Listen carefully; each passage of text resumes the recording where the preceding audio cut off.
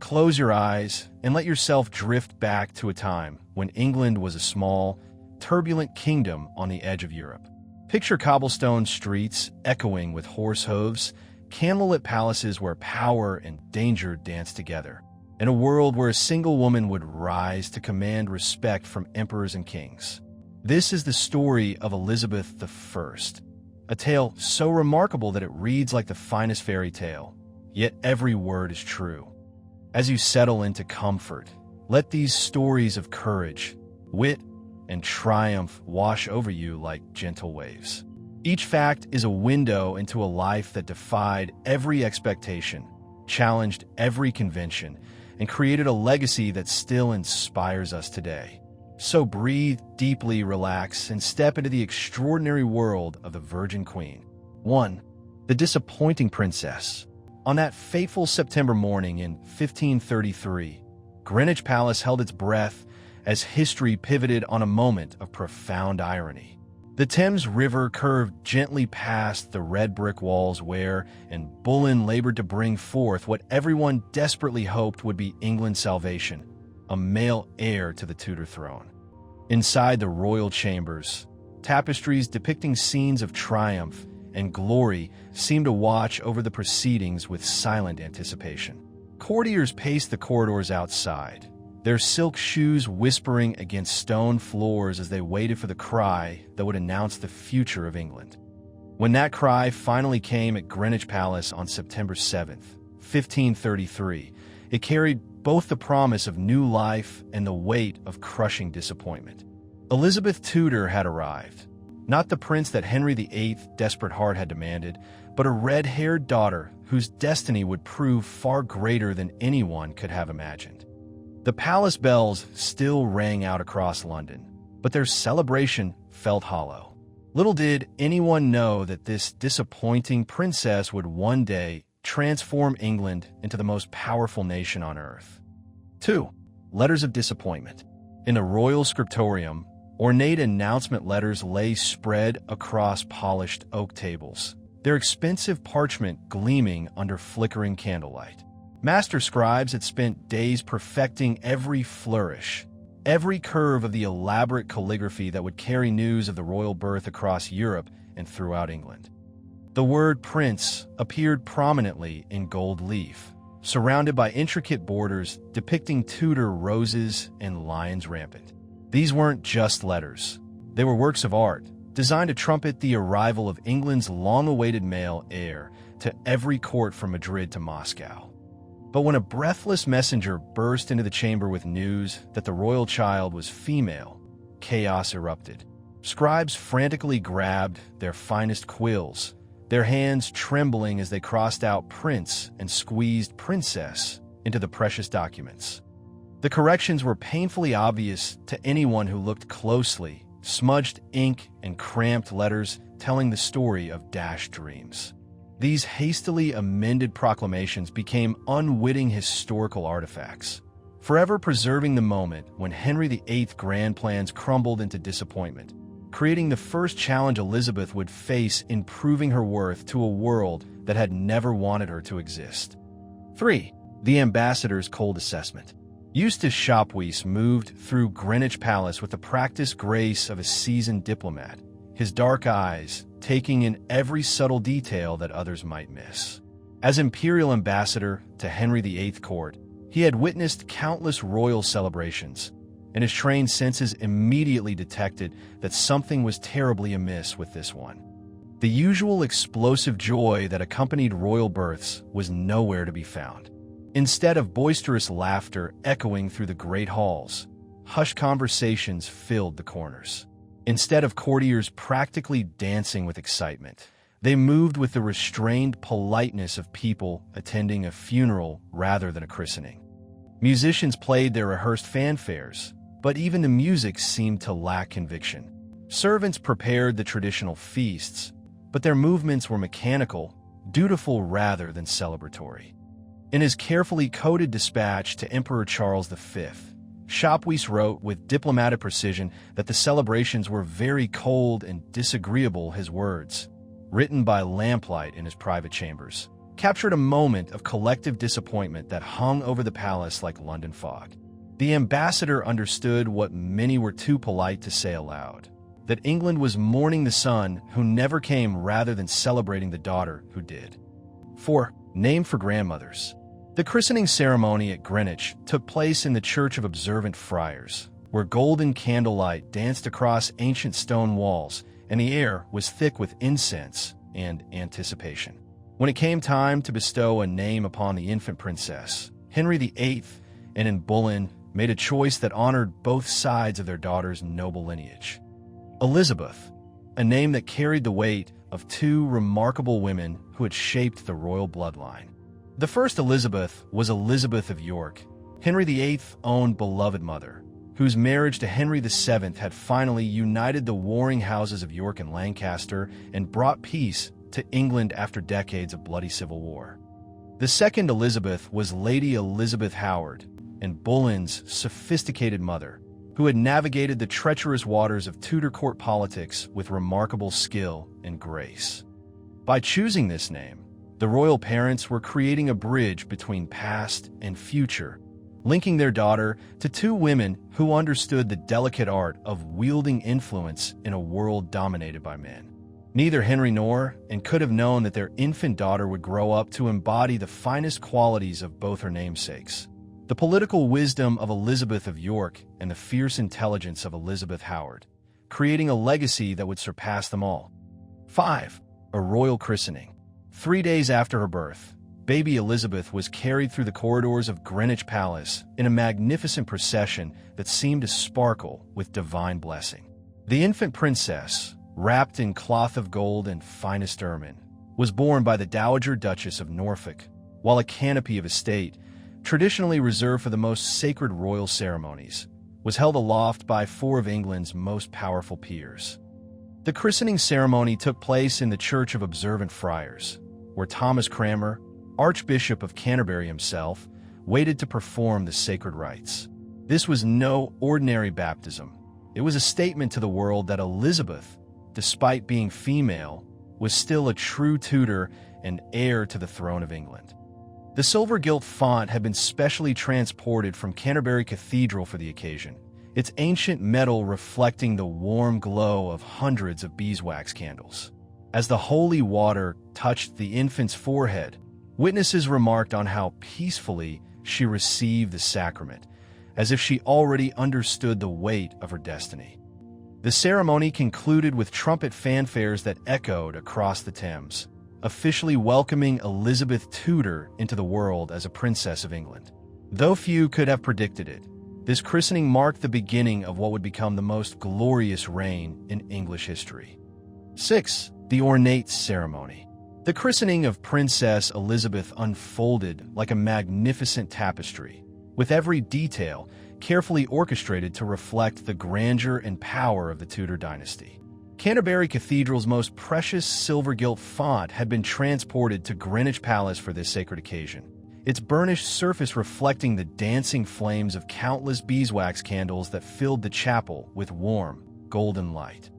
4 of England's most distinguished peers stepped forward to hold the canopy of estate above the infant princess, an honor usually reserved for the most momentous royal ceremonies.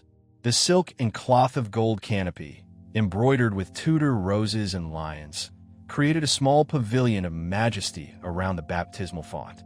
The ceremony itself was conducted with all the pomp and circumstance befitting a child of Henry VIII. Choirs sang ancient hymns that had echoed through English cathedrals for centuries, while the sweet smoke of frankincense rose toward the vaulted ceiling. As Thomas Cranmer performed the sacred rites, his voice rang clear and strong throughout the chapel, officially welcoming Elizabeth into the Christian faith and the royal lineage. The elaborate ceremony served as both a religious sacrament and a political statement, announcing to the world that this daughter of Henry VIII was to be honored and respected, even if she wasn't the son England had hoped for. 7. The mother's fate. The bond between mother and child is supposed to be unbreakable, a connection that transcends time and circumstance. But in the brutal world of Tudor politics, even such sacred relationships could be shattered by the executioner's axe. When Elizabeth was just 2 years and 8 months old, her world was torn apart in the most devastating way imaginable.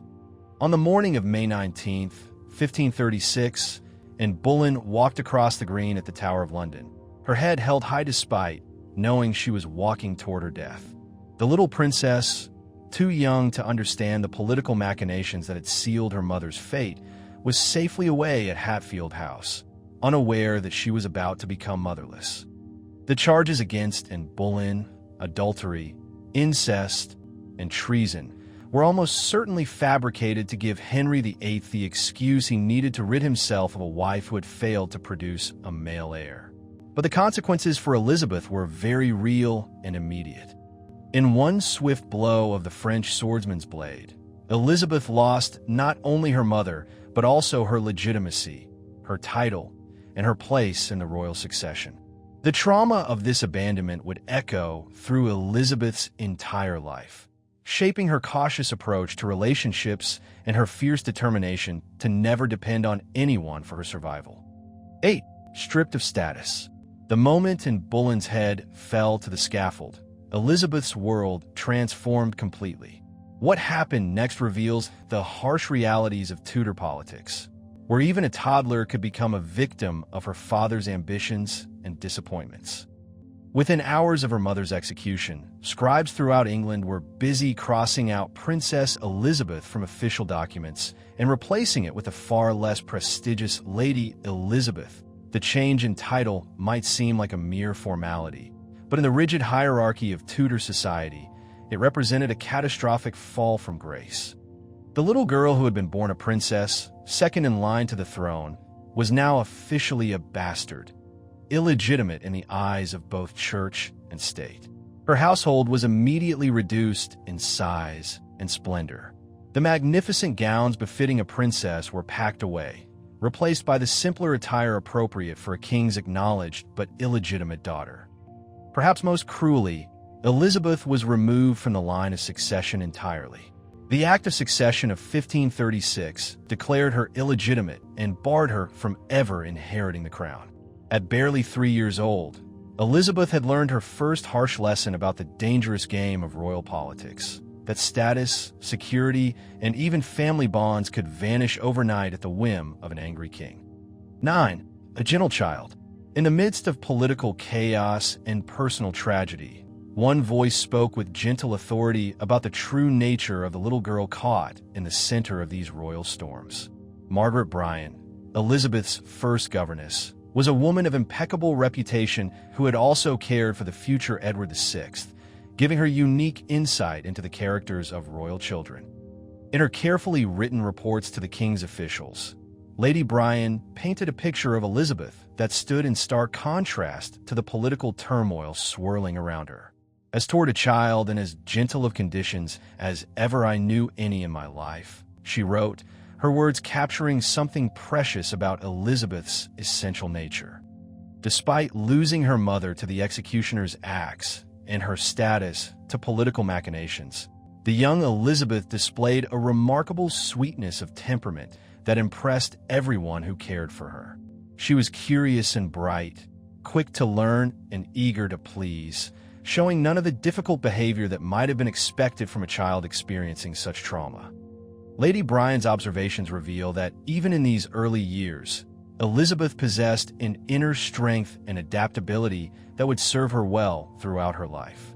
The gentle child described by her governess was already developing the emotional resilience that would one day help her navigate the dangerous waters of royal politics and emerge as England's greatest monarch. 10. Kat Ashley's devotion.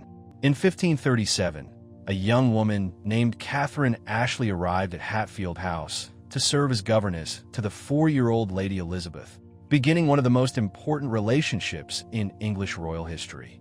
Kat Ashley, as she was affectionately known, brought with her not just excellent educational credentials, but also a warmth and loyalty that would prove unshakable through decades of political upheaval.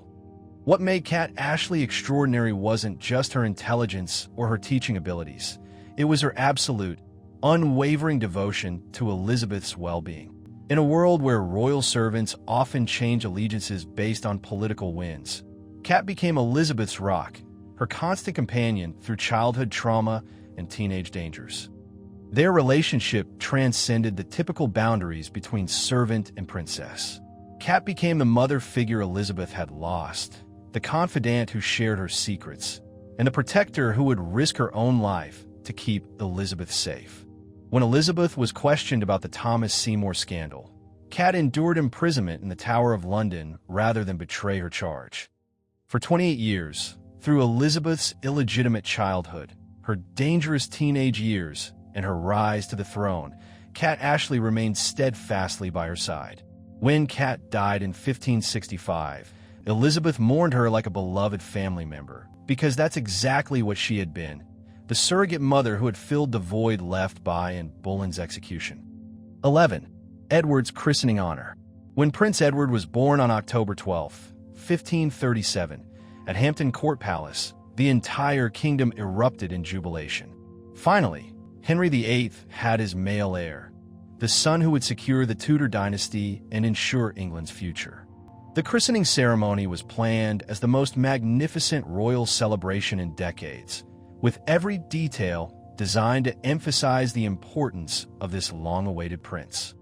In a gesture that spoke volumes about family bonds transcending political circumstances, 4-year-old Elizabeth was given a place of honor in her baby brother's christening procession. Despite her recent illegitimacy and fall from grace, she was chosen to carry the chrism, the consecrated cloth used in the baptismal ceremony. The sight of the little red-haired girl, dressed in cloth of gold and carefully guided by her attendants, carrying this sacred symbol for her infant brother, must have been deeply moving to all who witnessed it. Here was living proof that blood ties could survive even the most brutal political machinations of the Tudor court. The honor bestowed upon Elizabeth at Edward's christening also demonstrated Henry VIII's complex feelings toward his daughters. While he had declared them illegitimate for political reasons, he still acknowledged them as his children and ensured they maintained some level of dignity and status within the royal family, even if they could no longer inherit the throne. 12. Sibling bonds. Despite the tumultuous circumstances of their births and the political chaos that surrounded their early years, Elizabeth and Edward developed a remarkably close and affectionate relationship. Both children lived together in the royal nursery at Hatfield House, where they shared tutors, playmates, and the relative security of childhood away from the dangerous intrigues of their father's court. Their daily lives intertwined in countless small ways that created lasting bonds of affection. They attended lessons together under the guidance of some of England's finest scholars, competed in games and contests that sharpened their quick minds, and found comfort in each other's company during the uncertain times that marked their father's later years. Elizabeth, being 4 years older, often took on a protective role toward her little brother, while Edward looked up to his intelligent and accomplished sister with genuine admiration. Their correspondence during Edward's brief reign reveals a relationship based on mutual respect, shared interests, and deep familial love. The education they received together at Hatfield was extraordinary, creating two of the most learned monarchs in English history. They studied languages, philosophy, theology, and statecraft, discussing complex ideas with the easy familiarity of siblings who had grown up together. This close relationship would prove politically significant when Edward became king at age 9, as Elizabeth's genuine affection for her brother helped protect her during his 6-year reign, providing stability during a period when her future remained uncertain. 13. Return to succession. The Third Succession Act of 1543 represented a dramatic turning point in Elizabeth's life, restoring hope where there had been despair and opening a path to the throne that had seemed permanently closed. The driving force behind this remarkable change was Catherine Parr, Henry VIII's sixth and final wife, who possessed both the intelligence to understand the implications of the succession and the courage to influence the king's decision. Catherine Parr had developed a genuine fondness for both of Henry's daughters, Mary and Elizabeth, and she understood that leaving them permanently excluded from the succession could create dangerous instabilities in England's future. With characteristic tact and patience, she worked to convince Henry that his daughters should be restored to their rightful place in the royal lineage. The act, passed by Parliament in 1544, represented a compromise that satisfied both political necessity and Henry's personal feelings. While it restored Elizabeth and Mary to the line of succession after Edward, it notably did not restore their legitimacy. They remained officially bastards in the eyes of the law. For 11-year-old Elizabeth, this change meant everything. She was once again a potential heir to the throne of England, second in line after her half-sister Mary. The little girl who had been cast aside as an inconvenient reminder of her father's failed marriage was now back in the game of royal succession, though she would still need to prove her worth. 14. Legitimacy versus succession. The Third Succession Act created a fascinating legal paradox that would shadow Elizabeth throughout her life and reign. While Parliament had restored her to the line of succession, making her a potential heir to the throne, they had deliberately chosen not to restore her legitimacy, leaving her officially a bastard in the eyes of both English and canon law. This distinction might seem like legal hair-splitting, but in the 16th century, it carried enormous political and personal implications. Elizabeth's illegitimate status would be used by her enemies throughout her reign to question her right to rule, providing ammunition for Catholic powers who refused to recognize her authority. The compromise reflected Henry VIII's complex feelings toward his daughter. He wanted her available as a potential heir if needed, but he wasn't willing to admit that his annulment of his marriage to Anne Boleyn had been wrong. By keeping Elizabeth illegitimate while restoring her to succession, he could have his cake and eat it too. For Elizabeth herself, this legal limbo created a lifetime of uncertainty about her true status. She was neither fully royal nor completely excluded from royalty, but something in between, a position that required constant vigilance and political skill to maintain. This ambiguous status would actually prove advantageous in some ways, as it taught Elizabeth from an early age that she would need to earn respect and authority through her own abilities rather than relying solely on her birthright. 15. The Cambridge Scholar. When Elizabeth turned 11, her education took a significant leap forward with the appointment of William Grindal as her private tutor. Grindal was no ordinary teacher. He was a brilliant Cambridge-educated scholar who had mastered both Greek and Latin to a degree that impressed even the most learned men of his time. His appointment signaled that Elizabeth's education was being taken seriously by the royal household. Grindal brought to Hatfield House the latest humanist teaching methods that were revolutionizing education across Europe. Rather than the rote memorization that characterized most medieval learning, he emphasized critical thinking, debate, and the practical application of knowledge.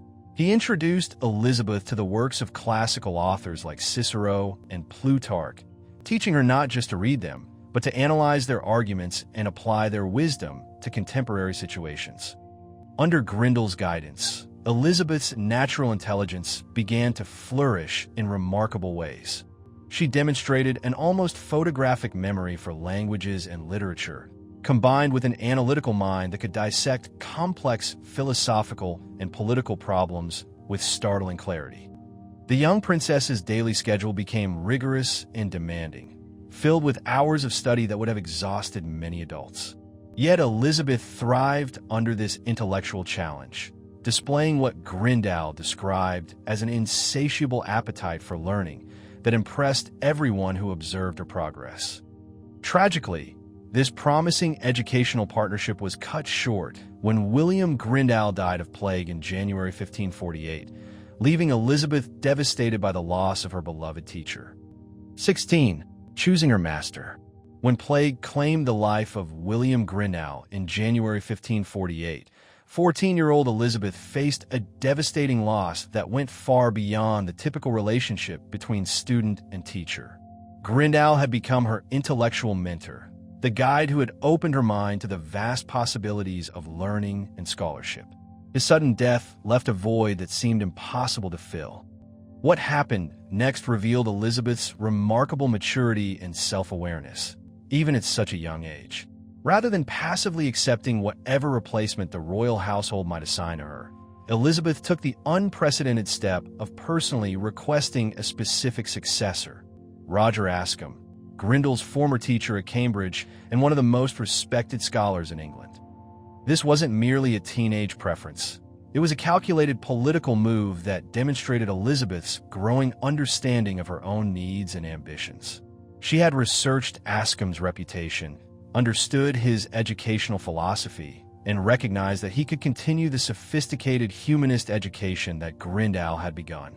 The fact that her request was granted speaks to the respect Elizabeth had already earned within the royal household. At an age when most noble children had little say in their education, Elizabeth was being treated as someone whose intellectual preferences mattered. Her choice of Ascham would prove to be inspired, as he would become not just her tutor, but her lifelong friend and one of the most influential figures in shaping the mind that would one day rule England. 17. A master of languages. Under Roger Ascham's brilliant tutelage, Elizabeth's linguistic abilities blossomed into something truly extraordinary. By her mid-teens, she had achieved fluency in 6 major European languages: Latin, Greek, French, Italian, Spanish, and Flemish. This wasn't the superficial knowledge of phrases and pleasantries that many nobles acquired for social purposes. Elizabeth possessed deep, scholarly mastery of each language. Her Latin was so sophisticated that she could compose original speeches and translate complex philosophical works with ease. Her Greek was strong enough to read Homer and Aristotle in their original forms, understanding not just the words but the subtle nuances of meaning that were lost in translation.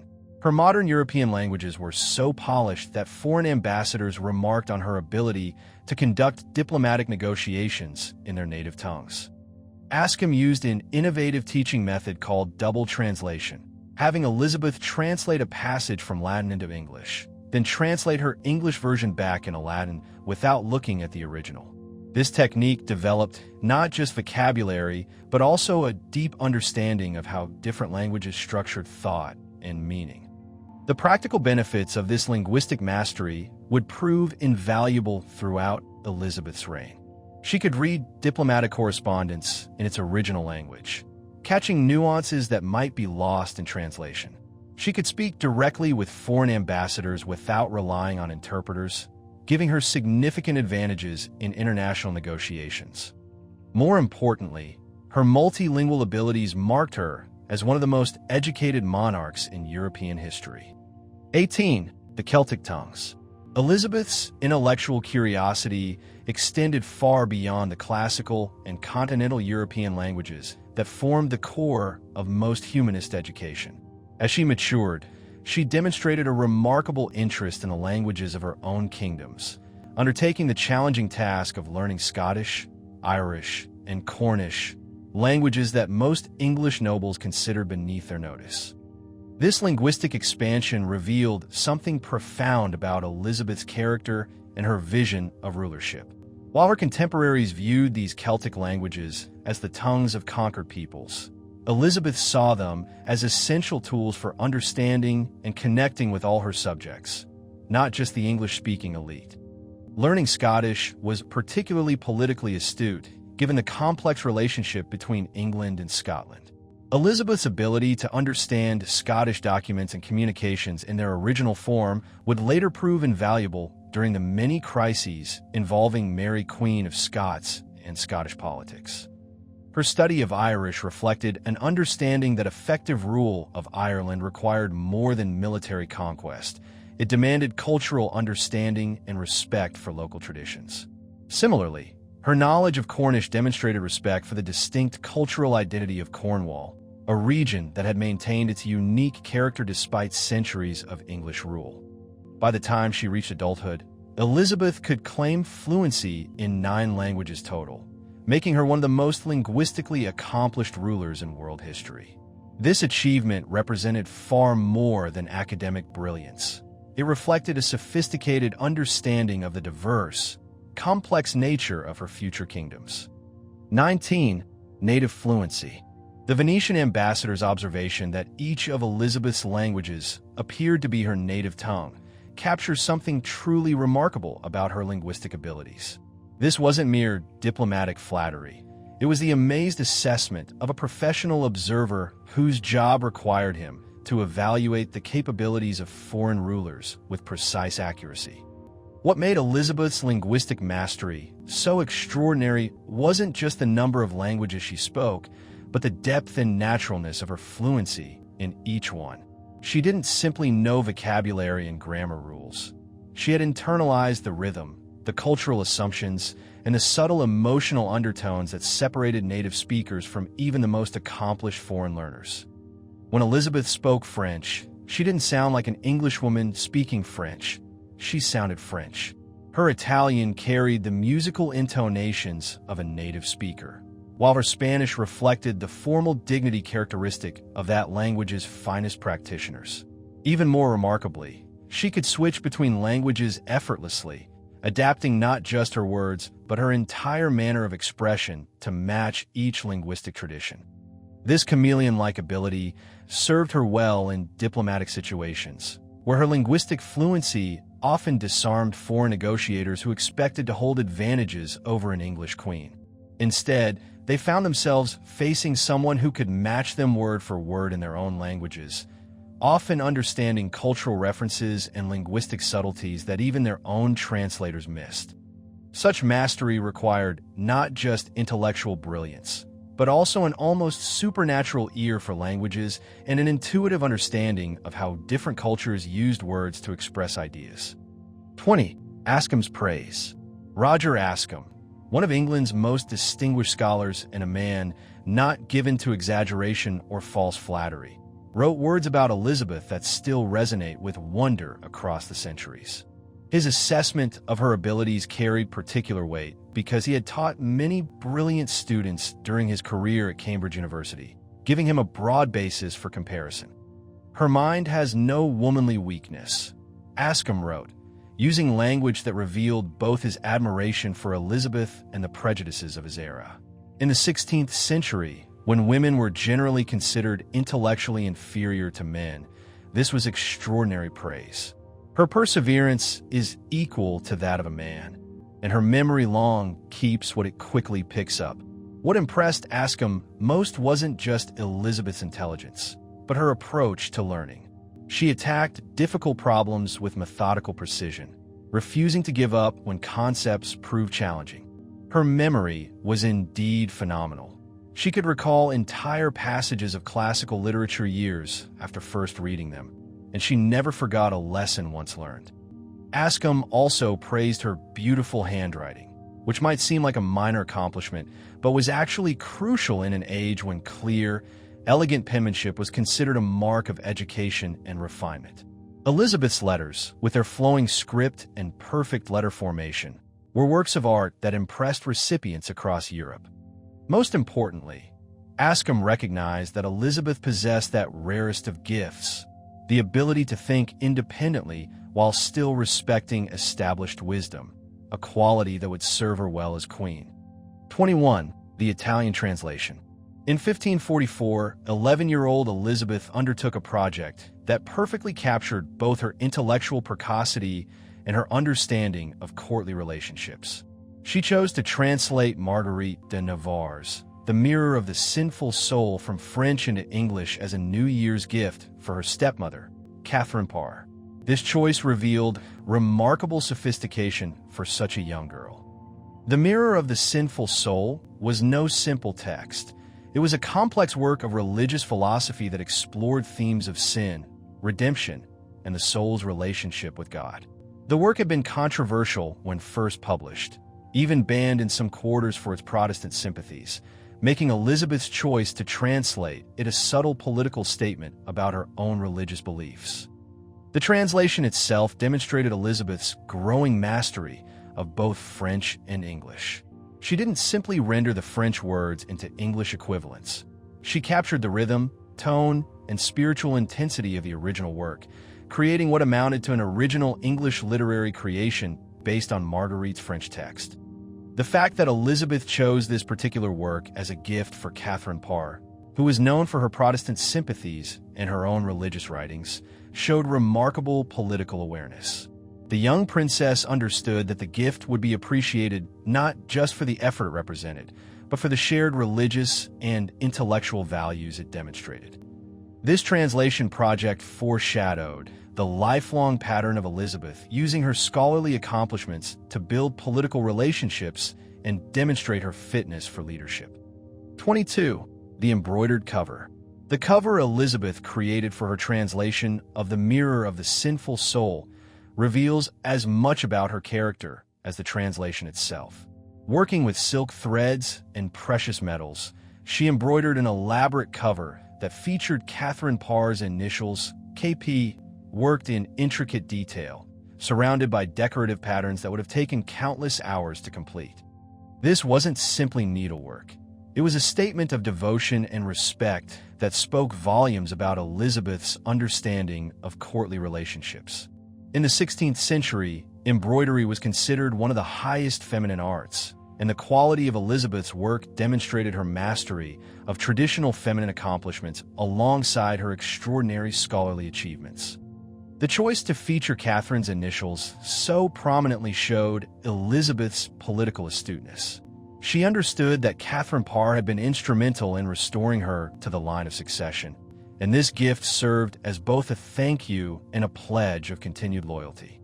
But perhaps most importantly, the embroidered cover revealed Elizabeth's perfectionist nature.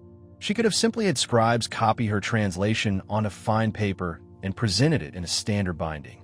Instead, she chose to invest her own time and effort in creating something unique and beautiful, establishing a pattern of personal attention to detail that would characterize her entire reign. The survival of this embroidered cover in museum collections today allows us to see the actual handiwork of a future queen, connecting us across the centuries to the 11-year-old girl who would grow up to rule England's golden age. 23. Lifelong scholar. Elizabeth's love of translation didn't end with her childhood gift to Catherine Parr. It became a lifelong passion that continued throughout her reign as queen. Even while managing the complex demands of ruling England, she found time to engage with the classical authors who had shaped her intellectual development, translating works by Cicero, Boethius, Plutarch, and Tacitus. These weren't casual exercises or ceremonial projects undertaken for political purposes. Elizabeth's translations were serious, scholarly endeavors that demonstrated her continued engagement with the philosophical and political ideas that had influenced Western civilization for centuries. She translated Cicero's speeches not just to practice her Latin, but to engage with his ideas about rhetoric, governance, and the responsibilities of leadership. Her translation of Boethius's Consolation of Philosophy reflected her interest in how classical thinkers had grappled with questions of fate, fortune, and the proper response to life's inevitable sufferings. Plutarch's moral essays gave her insights into character and leadership that she applied to her own reign, while Tacitus's histories provided lessons about the rise and fall of empires. What made these translations remarkable wasn't just their scholarly quality, but the fact that Elizabeth found time for them at all. Most monarchs delegated such intellectual pursuits to their advisors, but Elizabeth insisted on engaging directly with the classical texts that had shaped her worldview. These translation projects served as both intellectual exercises and forms of relaxation for a queen whose days were filled with the endless demands of statecraft, proving that her love of learning remained genuine throughout her life. 24. The Tacitus Discovery. In 2019, scholars at Lambeth Palace Library made a discovery that sent ripples of excitement through the academic world. Using advanced handwriting analysis techniques, they confirmed that a translation of Tacitus's works had been written in Elizabeth I's own hand, providing new evidence of her continued scholarly engagement during her reign. This discovery was significant for several reasons beyond its historical value. First, it proved that Elizabeth's translation work continued well into her reign, demonstrating that her scholarly pursuits weren't just youthful exercises, but lifelong intellectual commitments. Second, the quality of the translation showed that her Latin skills had continued to develop and mature throughout her adult life. Tacitus was particularly relevant to Elizabeth's situation as a monarch. His works dealt with the corruption of power, the challenges of maintaining authority in turbulent times, and the delicate balance between security and liberty that all rulers must navigate. Elizabeth's choice to translate these particular texts suggested that she was using classical scholarship to help her understand and solve the political challenges of her own era. The handwriting analysis that confirmed the attribution revealed the painstaking care Elizabeth took with her scholarly work. Each letter was formed with precision and consistency, showing that even as queen, she approached translation with the same scholarly rigor that had characterized her youth. This discovery adds to our understanding of Elizabeth as a Renaissance monarch who genuinely embodied the humanist ideal of the philosopher-ruler, someone who combined political power with serious intellectual engagement. 25. Living with the Seymours. After Henry VIII's death in January 1547, 14-year-old Elizabeth found herself in a household arrangement that would soon become both scandalous and dangerous. She went to live with Catherine Parr, her beloved stepmother, and Catherine's new husband, Thomas Seymour, at their various residences, including Chelsea Manor. What seemed like a natural arrangement, a widow remarrying and a stepdaughter continuing to live with her, would soon reveal itself as a powder keg of political ambition and sexual impropriety. Thomas Seymour was a man of considerable charm and devastating ambition. As the younger brother of Jane Seymour, Henry VIII's third wife, he had connections to the royal family but lacked the political power he craved. His marriage to Catherine Parr, the former Queen Dowager, was a strategic move designed to increase his influence and wealth. The household at Chelsea should have been a place of stability and continued education for Elizabeth. Catherine Parr was an intelligent, cultured woman who had been instrumental in Elizabeth's restoration to the succession. She maintained a scholarly atmosphere where learning was valued and encouraged. But Thomas Seymour's presence poisoned this environment. He was a man who saw opportunities everywhere and had few scruples about how he pursued them. His relationship with Elizabeth would soon cross boundaries that would create scandal, endanger Elizabeth's reputation, and ultimately lead to his destruction. The stage was being set for Elizabeth's first major political crisis, one that would test her ability to navigate the treacherous waters of Tudor court politics. 26. Morning intrusions. The scandal that would forever change Elizabeth's life began with what Thomas Seymour characterized as harmless morning games, but which were actually calculated acts of inappropriate behavior toward a 14-year-old girl. Seymour developed a habit of visiting Elizabeth's bedchamber early in the morning, often before she was fully dressed, entering uninvited and unwelcome. These visits weren't brief or casual encounters. Seymour would linger in Elizabeth's private chambers, making comments about her appearance and engaging in physical contact that was entirely inappropriate for a grown man to have with his teenage stepdaughter. He would sometimes arrive wearing only his nightgown, creating situations that were both scandalous and threatening. The most disturbing incidents occurred in the gardens at Chelsea, where Seymour would chase Elizabeth while she was walking with her ladies, catching her and cutting her black dress into ribbons while Catherine Parr watched and even participated. These episodes were later described by witnesses as romping, but they clearly crossed the line from playful behavior into something much more sinister. Elizabeth's servants and ladies-in-waiting were deeply troubled by Seymour's behavior, recognizing it as inappropriate and potentially dangerous to Elizabeth's reputation. In the 16th century, a young woman's chastity and reputation were everything.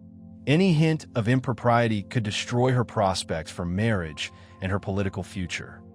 The situation created an impossible dilemma for Elizabeth, who needed to protect herself without offending her stepmother or creating a public scandal that could damage the royal family. 27. The interrogation. When Thomas Seymour was arrested for treason in January 1549, the scandal that had been simmering beneath the surface at Chelsea Manor exploded into the public sphere. Seymour's ambitions had finally overreached themselves. His plots to marry Elizabeth without the council's permission and his attempts to gain control of young King Edward VI had marked him as a dangerous threat to the stability of the realm. Elizabeth, now 15, found herself at the center of a political storm that threatened to destroy her before her life had truly begun. Sir Robert Tyrwhitt, an experienced interrogator known for his skill at extracting confessions from political prisoners, was dispatched to Hatfield House with orders to discover exactly what had transpired between Elizabeth and Thomas Seymour. For 2 weeks, Tyrwhitt subjected Elizabeth to intense questioning, using every psychological technique at his disposal to break down her defenses and force her to admit to compromising behavior.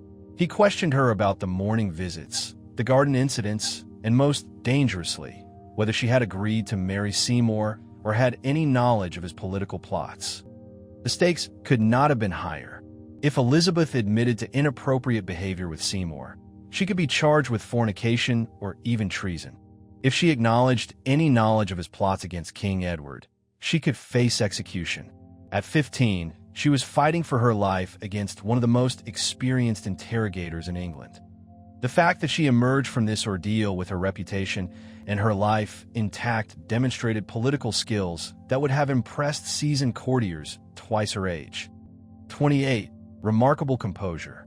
What happened during those 2 weeks of interrogation at Hatfield House revealed Elizabeth's extraordinary character in its full flowering. Facing Robert Tyrwhitt, a man whose reputation for breaking even the most stubborn prisoners was legendary, 15-year-old Elizabeth displayed a combination of intelligence, courage, and political sophistication that left her interrogator frustrated and amazed. Tyrwhitt had expected to face a frightened teenager who would quickly crumble under pressure and reveal whatever secrets she might be hiding. Instead, he encountered a poised young woman who answered his questions with careful precision, never volunteering unnecessary information, but never appearing to hide anything either. Elizabeth's responses during the interrogation were masterpieces of political communication. She acknowledged that Thomas Seymour had behaved inappropriately, but framed herself as an innocent victim rather than a willing participant. She admitted that marriage to Seymour had been discussed, but insisted she had never agreed to any such arrangement. Most importantly, she demonstrated complete ignorance of any treasonous plots against her brother King Edward. Perhaps most remarkably, Elizabeth managed to protect the people she cared about, particularly Cat Ashley and Thomas Parry, her treasurer, while still satisfying Tyrwhitt's need for answers. She refused to implicate them in any wrongdoing, showing a loyalty that would characterize her relationships throughout her life. When Tyrwhitt finally admitted defeat and reported back to the Privy Council, he described Elizabeth as having a very good wit, and nothing is gotten of her but by great policy, essentially admitting that she had outmaneuvered him completely. 29. The Tower's Shadow. The Tower of London had haunted Elizabeth's dreams since childhood, its gray stones forever associated with her mother's execution and the brutal realities of Tudor politics. In March 1554, those nightmares became terrifying reality when she was ordered to present herself at the Tower as a suspected traitor, accused of involvement in Sir Thomas Wyatt's rebellion against Queen Mary's planned marriage to Philip II of Spain. The journey to the Tower was a parade of humiliation designed to demonstrate royal displeasure. Elizabeth, now 20 years old, was escorted through the streets of London under heavy guard, her pale face a stark contrast to the black clothing that had become her signature since her sister's accession. Citizens lined the streets to catch a glimpse of the princess who might be going to her death, just as her mother had 17 years earlier. When the Tower's massive gates closed behind her on March 17, 1554, Elizabeth must have wondered if she would ever see freedom again. The same walls that had witnessed her mother's final days now enclosed her in what could easily become her tomb. The irony was inescapable. She was imprisoned in the very place where Anne Boleyn had spent her last weeks, in apartments that probably still held echoes of her mother's despair. For 2 months, Elizabeth's life hung in the balance. Every day brought the possibility that evidence might be found linking her to Wyatt's rebellion, evidence that would send her to the scaffold. The psychological pressure was enormous. But Elizabeth had learned from her encounter with Robert Tyrwhitt that survival often depended on maintaining composure under impossible circumstances. 30. Mother's Chambers. The cruel irony of Elizabeth's imprisonment in the Tower of London reached its peak when she discovered that she was being held in the same royal apartments where Anne Boleyn had spent her final weeks before her execution. These weren't the dark, dank dungeons typically associated with the Tower's prisoners. They were elegant chambers befitting a queen, which only made the psychological torment more acute. Walking through rooms where her mother had paced in despair, sleeping in beds where Anne Boleyn had spent her last nights, Elizabeth was surrounded by the ghosts of her family's tragic past. Every tapestry, every piece of furniture, every window view served as a reminder of how quickly royal favor could turn to royal death sentences. The apartment's luxury was itself a form of torture. These beautiful rooms, with their carved ceilings and mullioned windows, had been designed for comfort, not imprisonment. But their very elegance emphasized the contradiction at the heart of Tudor monarchy, that power and vulnerability were separated by the thickness of a blade. Elizabeth spent her days in these haunted chambers reading, writing letters pleading her innocence, and waiting for news that never seemed to come. She could look out the windows at the same courtyard where her mother had been executed, at the same green where so many of her family's enemies had met their ends. The experience of living with such immediate reminders of her mother's fate must have seared itself into Elizabeth's consciousness, reinforcing lessons about the precarious nature of royal life that would influence every decision she made as queen. 31. The Tied Letter. On March 17, 1554, facing imminent transfer to the Tower of London and possible execution, Elizabeth made a desperate decision that would become one of the most famous acts of her life. She sat down and wrote what would become known as the Tied Letter, a carefully crafted plea to her half-sister Queen Mary that was both a legal defense and a masterpiece of political communication. The letter's opening lines revealed Elizabeth's precarious position, if any ever did try this old saying, that a king's word was more than another man's oath. I most humbly beseech your majesty to verify it to me. She was essentially asking Mary to honor the promise of a fair hearing before condemning her to death. Elizabeth's strategy in the letter was brilliant. She acknowledged Mary's suspicions while firmly maintaining her innocence. I protest afore God, who shall judge my truth, whatsoever malice shall devise, that I never practiced, counseled, nor consented to anything that might be prejudicial to your person any way or dangerous to the state by any means. But the letter's most crucial function was tactical. It was deliberately long and detailed, taking Elizabeth so much time to write that the tide turned before she could be transported to the Tower by river. This delay of several hours may well have saved her life, as it gave her supporters time to argue for clemency and allowed emotions to cool. When she finally signed the letter, "Your Majesty's most faithful subject, that hath been from the beginning, and will be to my end," Elizabeth, she was making both a declaration of loyalty and a subtle reminder of their family bond. 32. Buying time. Elizabeth's tied letter accomplished something remarkable. It bought her precious time when time was the one thing that might save her life. By deliberately writing at length and taking care with every word, she managed to delay her departure for the Tower until after the tide had turned, making river transport impossible until the next day. This was an accident, but calculation. Elizabeth understood that in political crises, every hour could matter enormously. Overnight, supporters could mobilize, evidence could be examined more carefully, and most importantly, the emotional heat driving calls for her execution could begin to cool. The letter itself was a masterwork of persuasion that gave Mary's advisors pause.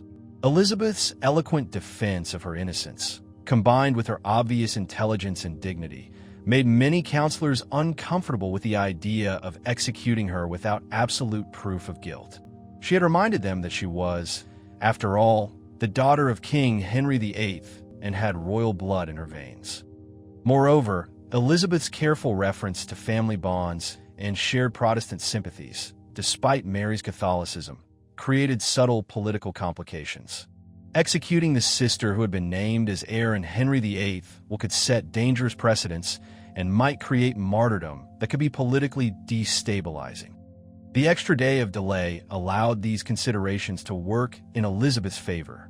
By the time she actually arrived at the Tower, the immediate crisis had passed, and her imprisonment became a matter of investigation rather than predetermined execution. Her strategic use of the tide shows the political intelligence that would later make her one of England's greatest rulers. 33.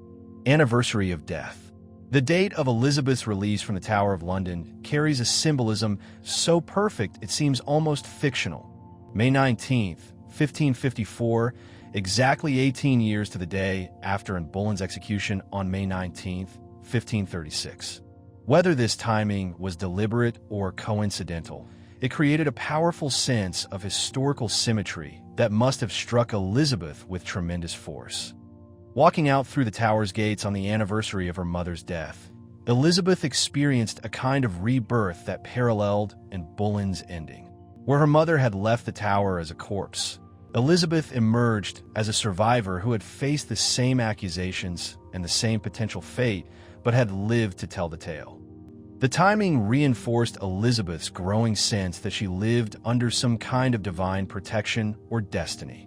Throughout her life, she would refer to herself as being guided by God's providence, and this remarkable coincidence of dates provided powerful evidence for that belief. The psychological impact of this anniversary release must have been profound. Elizabeth had spent 2 months living in the same rooms where her mother had awaited death, experiencing the same uncertainty and fear that had tormented Anne Boleyn. But where her mother's story ended in tragedy, Elizabeth's continued toward triumph. This experience of surviving the Tower where her mother had perished became a defining moment in Elizabeth's understanding of her own destiny. She had been tested in the same crucible that had destroyed Anne Boleyn and had emerged stronger, wiser, and more determined than ever to claim her rightful place in English history. 34. The Diamond Message. During her imprisonment at Woodstock Palace following her release from the Tower, Elizabeth allegedly used her diamond ring to scratch a message on a window that perfectly captured her situation. Much suspected by me, nothing proved can be these words, if authentic, reveal the frustration and defiance of a young woman who found herself trapped in a web of suspicion without concrete evidence of wrongdoing. The message demonstrates Elizabeth's talent for creating memorable phrases that encapsulated complex political situations in simple, powerful language. Whether she actually scratched these words on the window or they became attributed to her over time, they perfectly express the maddening position she found herself in, endlessly suspected of treason but never convicted because no convincing evidence could be found. Woodstock Palace, about 8 miles from Oxford, was chosen for Elizabeth's house arrest precisely because it was isolated enough to keep her away from potential supporters while still providing accommodations suitable for a princess. The palace was old and somewhat dilapidated, adding a sense of exile and punishment to her confinement. The diamond ring message, real or legendary, became part of Elizabeth's growing reputation as someone who could maintain her dignity and even her wit under the most trying circumstances. It showed that imprisonment had not broken her spirit or her ability to see the ironic contradictions in her situation. More importantly, the message proved prophetic. Elizabeth was indeed much suspected, but nothing was ever proved against her, allowing her to survive until circumstances changed and she could reclaim her position in the royal succession. 35. The news at Hatfield. On November 17, 1558, 25-year-old Elizabeth was at Hatfield House when her world changed forever. The news of Queen Mary's death arrived like lightning on a clear day, transforming her in an instant from a princess of uncertain future into the Queen of England. After years of danger, imprisonment, and political uncertainty, the crown she had never dared to expect was finally within her grasp. Hatfield House had been Elizabeth's primary residence since childhood, the place where she had received her extraordinary education and weathered numerous political storms. Its familiar halls and gardens had been her refuge during the most dangerous periods of Mary's reign, and now they would be the setting for her transformation from princess to queen. The messenger who brought the news carried with him Mary's coronation ring. the ancient symbol that transferred royal authority from one monarch to the next.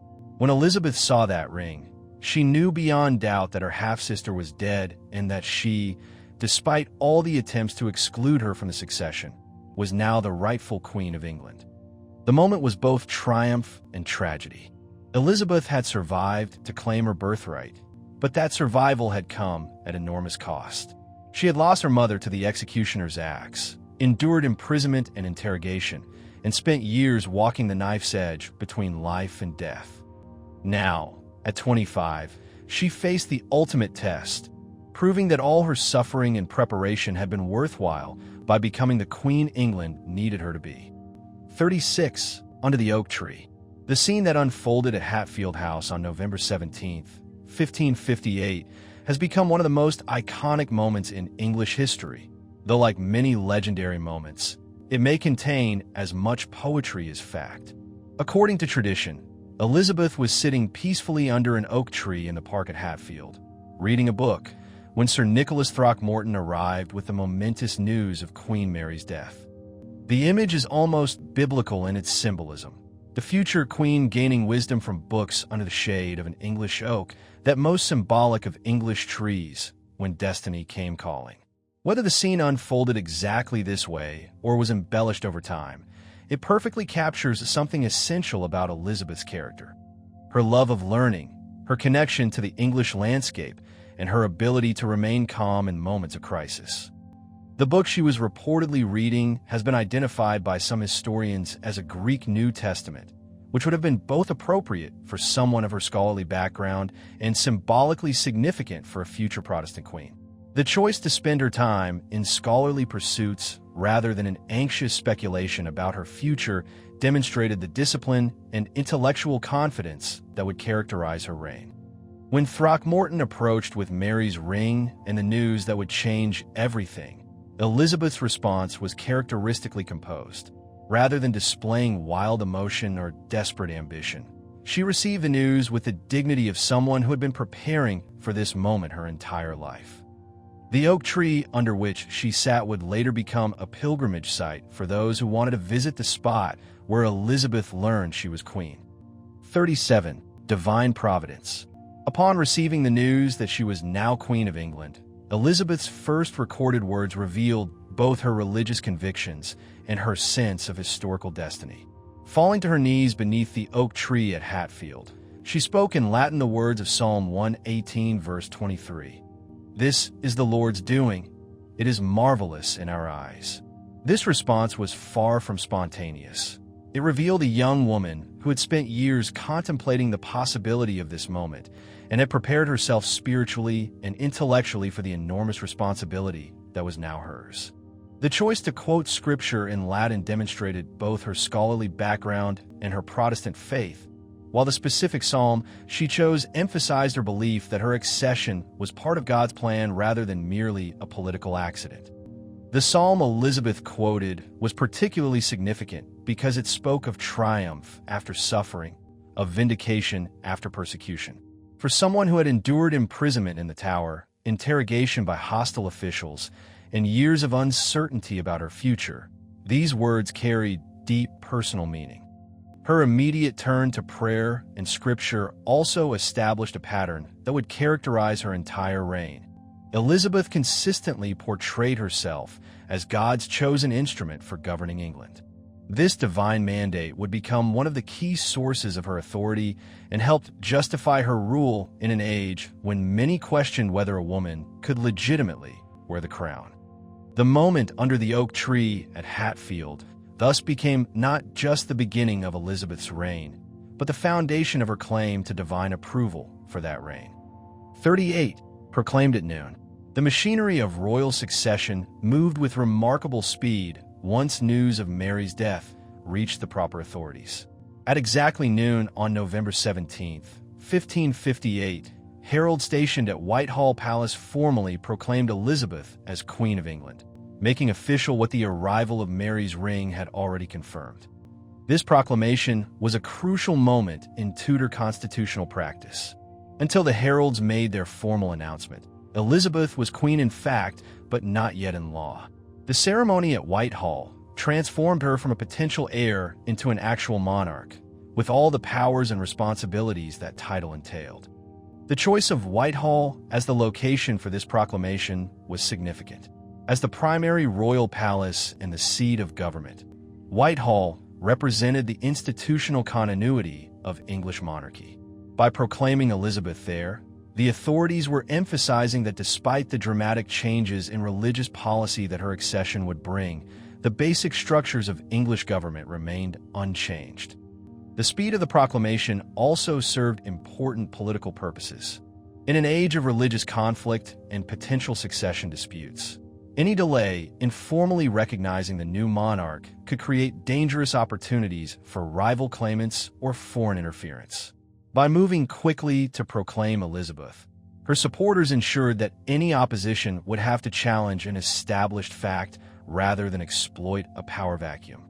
The noon timing meant that by early afternoon, messengers were already riding out from London to carry news of Elizabeth's accession to every corner of England, beginning the process of securing recognition for the new queen throughout her realm. 39. The coronation date. Elizabeth's decision to schedule her coronation for January 15, 1559, revealed her fascinating blend of political pragmatism and Renaissance belief in cosmic influences. Rather than choosing the date herself or leaving it to court officials, she consulted Dr. John Dee, the brilliant mathematician, astronomer, and advisor whose expertise in celestial calculations had made him one of the most respected scholars in Europe. Dr. John Dee was far more than a court astrologer in the medieval sense. He was a serious scientist who understood astronomy, mathematics, and navigation. His selection of January 15th was based on complex calculations about planetary alignments and celestial influences that he believed would favor the beginning of Elizabeth's reign. This consultation with Dee demonstrated Elizabeth's sophisticated approach to image-making and public relations. While she certainly didn't base major policy decisions on astrological advice, she understood that many of her subjects did believe in cosmic influences, and choosing an auspicious date would reinforce the sense that her reign enjoyed divine favor. The 2-month delay between her accession and coronation also served practical purposes. It gave Elizabeth time to establish her government, plan an elaborate ceremony, and ensure that the transition from Mary's Catholic policies to her own Protestant ones proceeded smoothly. The January date was also strategically chosen to avoid the Christmas season, when attention might be divided between religious celebrations and royal ceremonies. By waiting until mid-January, Elizabeth ensured that her coronation would receive the full attention it deserved as the defining ceremony of her reign. 40. Astrological approval. Dr. John Dee's selection of January 15, 1559, for Elizabeth's coronation was based on sophisticated astronomical calculations that identified this date as having the most favorable celestial alignments for beginning a new reign. Dee, who combined serious scientific knowledge with Renaissance beliefs about cosmic influences, spent weeks analyzing planetary positions to find the optimal moment for the ceremony. The concept of choosing auspicious dates for major events was deeply embedded in Renaissance culture. While modern minds might dismiss such practices as superstition, for Elizabeth and her contemporaries, the idea that celestial bodies influenced earthly events was accepted as scientific fact, supported by centuries of scholarly tradition dating back to ancient Greece and Rome. These calculations considered multiple factors, including the positions of the planets, the phase of the moon, and various astrological houses that were believed to influence different aspects of life and governance. He was looking for a configuration that would favor long life, successful rule, military victory, and divine blessing for the new queen. The choice to consult Dee also served political purposes beyond mere superstition. It demonstrated Elizabeth's connection to England's intellectual elite and her commitment to learning and science. Dee was widely respected throughout Europe for his mathematical and astronomical expertise, and his endorsement of the coronation date lent scholarly authority to Elizabeth's reign. More importantly, the auspicious timing helped establish the narrative that Elizabeth's accession was part of divine providence rather than mere political circumstance, a theme that would run throughout her reign and help justify her authority as a female ruler in a male-dominated world. 41. A magnificent expense. The coronation of Elizabeth I was planned as one of the most spectacular ceremonies in English history, with expenses that reflected both the new queen's understanding of the power of pageantry and her determination to establish a reign with maximum possible splendor.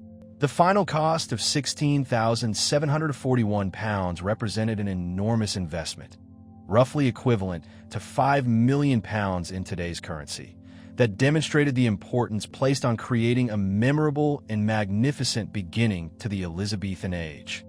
This lavish expenditure served multiple crucial purposes beyond mere display. In an age when royal ceremonies were among the few opportunities for ordinary people to see their monarch, the coronation needed to create a lasting impression of majesty and legitimacy that would be remembered and retold throughout the realm.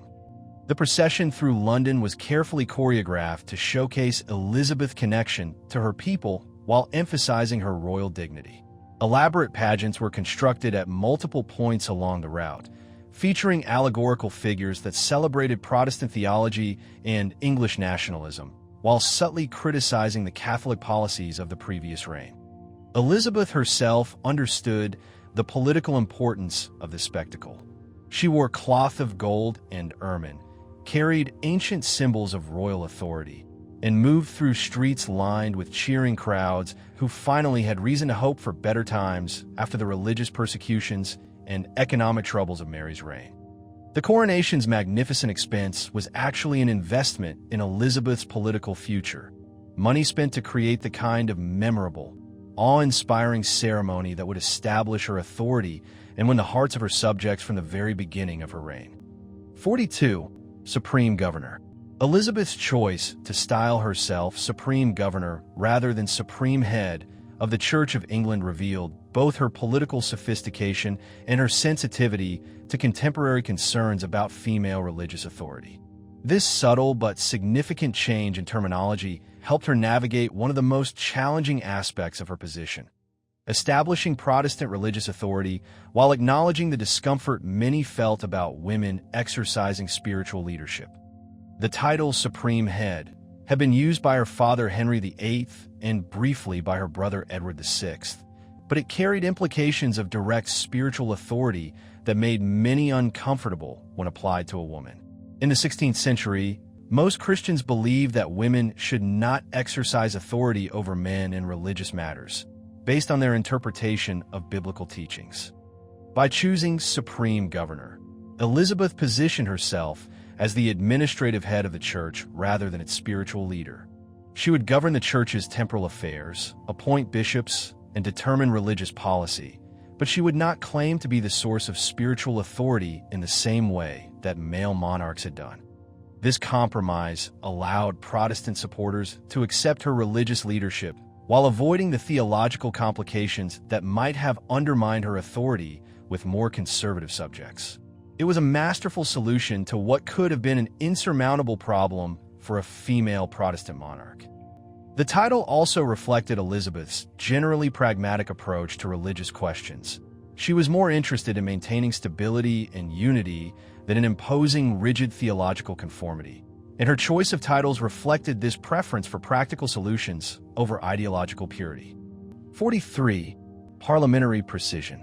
The passage of Elizabeth's religious settlement through Parliament revealed just how precarious her position was and how carefully she needed to navigate the religious divisions that threatened to tear England apart. The Act of Uniformity, which restored Protestant worship and established the Book of Common Prayer as the official liturgy, passed by the narrowest possible margin, just 3 votes, with the final tally being 21 in favor and 18 opposed. This razor-thin victory demonstrated that Elizabeth's England was still deeply divided on religious questions. Nearly half of Parliament preferred to maintain the Catholic practices that had been restored under Queen Mary, while the other half supported a return to Protestant Reformation. Elizabeth found herself trying to govern a nation where religious loyalties were almost evenly split. The close vote also revealed the delicate political balancing act Elizabeth had to perform throughout her reign. She couldn't simply impose her will on Parliament, but had to carefully build coalitions and make compromises to achieve her goals. The religious settlement that emerged from these negotiations was deliberately moderate, designed to be acceptable to the maximum number of people rather than to satisfy any particular religious faction completely. The fact that such a fundamental piece of legislation passed by only 3 votes shows how easily Elizabeth's entire religious policy could have collapsed. If just 2 members of Parliament had voted differently, England might have remained Catholic, changing the course of English and world history.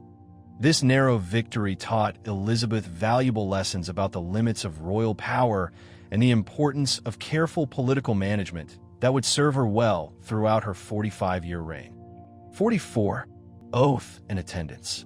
Elizabeth's religious settlement required careful attention to practical details that would affect the daily lives of clergy and ordinary citizens throughout England. The Act of Supremacy demanded that all clergy swear an oath of allegiance to Elizabeth as Supreme Governor of the Church of England, creating a clear test of loyalty that separated those willing to serve the new Protestant establishment from those who remained committed to Catholic beliefs. This oath requirement was both politically necessary and pastorally problematic. Elizabeth needed to ensure that the clergy who would be implementing her religious policies were genuinely loyal to her vision of a Protestant England. But the oath also created a crisis of conscience for many priests who had served faithfully under Queen Mary's Catholic Restoration and now faced the choice between their religious convictions and their professional survival. The requirement for universal church attendance on Sundays represented an attempt to create religious unity through behavioral conformity, rather than trying to control what people believe in their hearts. An impossible task. Elizabeth's government focused on ensuring that everyone participated in the same religious observances, creating at least the appearance of national religious consensus. The 12-pence fine for missing church services was substantial enough to encourage compliance without being so severe as to create genuine hardship for ordinary families. This moderate approach was typical of Elizabeth's religious policies, which generally emphasized conformity rather than persecution and sought to win compliance through reasonable pressure rather than brutal force. The system worked reasonably well for most Protestants and moderate Catholics, but created ongoing problems with committed Catholics who refused to attend Protestant services. 45. Escalating fines. Elizabeth's government took a graduated approach to religious conformity that revealed both the practical challenges of governing a religiously divided nation and the increasing pressure on Catholic subjects as international tensions escalated. The initial fine for missing church attendance, 12 pence per absence, was designed to encourage conformity without creating genuine hardship for ordinary families. However, as Catholic resistance persisted and foreign Catholic powers began to threaten England more directly, these penalties escalated dramatically. By 1581, the fine for recusancy, refusing to attend Protestant services, had increased to £20 per month, an astronomical sum that represented roughly 50 times the weekly wages of a skilled artisan. This escalation reflected the transformation of religious nonconformity from a matter of personal conscience into a question of national security. As Philip II of Spain, the Pope, and other Catholic powers increasingly viewed Elizabeth as a heretical usurper who should be overthrown, continued Catholic loyalty to Rome began to seem like potential treason rather than merely religious preference. The massive fines served multiple purposes beyond simple punishment. They provided significant revenue for the government while creating strong economic incentives for Catholics to at least outwardly conform to the established church. Many Catholic families found themselves facing a choice between their religious convictions and their economic survival. The policy also created a distinction between wealthy Catholics who could afford to pay the fines and maintain their religious independence, and poorer Catholics who were forced to choose between conformity and destitution, adding a class dimension to England's religious divisions. 46. Silent observation. Elizabeth's personal motto, Video et Taceo, "I see and keep silent" perfectly encapsulated her approach to the complex religious divisions that threatened to tear England apart throughout her reign. This Latin phrase, which she had engraved on her jewelry and embroidered on her clothing, represented far more than personal preference. It was a sophisticated strategy for governing a nation where religious passions ran dangerously high. The motto reflected Elizabeth's pragmatic understanding that attempting to control her subjects' private religious beliefs was both impossible and counterproductive. Rather than launching inquisitions into people's hearts and minds, as it happened in Spain and other European nations, Elizabeth's government generally focused on outward conformity and public behavior. "I see and keep silent" also served as a warning to those who might oppose her religious policies. Elizabeth was letting them know that she was aware of their activities and beliefs, but was choosing restraint over persecution, a restraint that could be withdrawn if circumstances required it. The policy worked remarkably well in practice. By avoiding the religious wars that devastated France, Germany, and the Netherlands during the same period, Elizabeth's England became a haven of relative stability in a Europe torn apart by sectarian violence. This approach also reflected Elizabeth's personal religious convictions, which were genuinely Protestant, but not fanatically so. She believed in religious truth, but also understood that unity and peace were often more important than perfect orthodoxy, a wisdom that helped her navigate the treacherous religious politics of the 16th century. 47. Streamlined Council. Elizabeth's immediate decision to reduce the Privy Council from Mary's unwieldy Catholic-dominated body of more than 40 members to a carefully selected group of approximately 20 Protestant advisors demonstrated her understanding that effective government required both ideological alignment and administrative efficiency. This dramatic restructuring represented one of her first major acts as queen and established the pattern of decisive leadership that would characterize her entire reign. Mary's large council had been created partly to accommodate the various Catholic nobles who had supported her claim to the throne and partly to ensure that different viewpoints were represented in government discussions. However, this inclusiveness had come at the cost of efficiency. With so many members, council meetings often devolved into unproductive debates where little was accomplished. Elizabeth's smaller council was designed for action rather than deliberation. By limiting membership to trusted Protestant advisors who shared her basic vision for England's future, she ensured that policy discussions could focus on implementation rather than fundamental disagreements about direction. The religious requirement for council membership was both practical and political. Elizabeth needed advisors who could help her implement Protestant religious policies without internal opposition, but she also needed to demonstrate to her Protestant subjects that the Catholic influences of Mary's reign had been decisively rejected. The new council included some of the most capable administrators in England, including William Cecil, who would serve as her Secretary of State for 40 years, creating the kind of stable, effective government that had been lacking during the religious upheavals of the previous decades. 48. Parliamentary Strategy. Elizabeth's decision to call Parliament only 13 times during her 45-year reign revealed her sophisticated understanding of the balance between royal prerogative and parliamentary cooperation that defined Tudor monarchy. This restrained approach to parliamentary government was both strategic and principled. Strategic because it allowed Elizabeth to govern without constant interference from potentially hostile legislators, and principled because it reflected her belief that monarchs should be able to rule effectively without constantly seeking parliamentary approval. The timing of Elizabeth's parliamentary sessions was carefully calculated to coincide with moments when she genuinely needed parliamentary cooperation, primarily for taxation, to fund military campaigns, or other extraordinary expenses that couldn't be met from ordinary royal revenues. This approach ensured that when she did call Parliament, members understood that their cooperation was essential for national interests rather than merely convenient for royal preferences. Elizabeth's 11 financial parliaments demonstrated the Queen's honesty in her dealings with her subjects' representatives.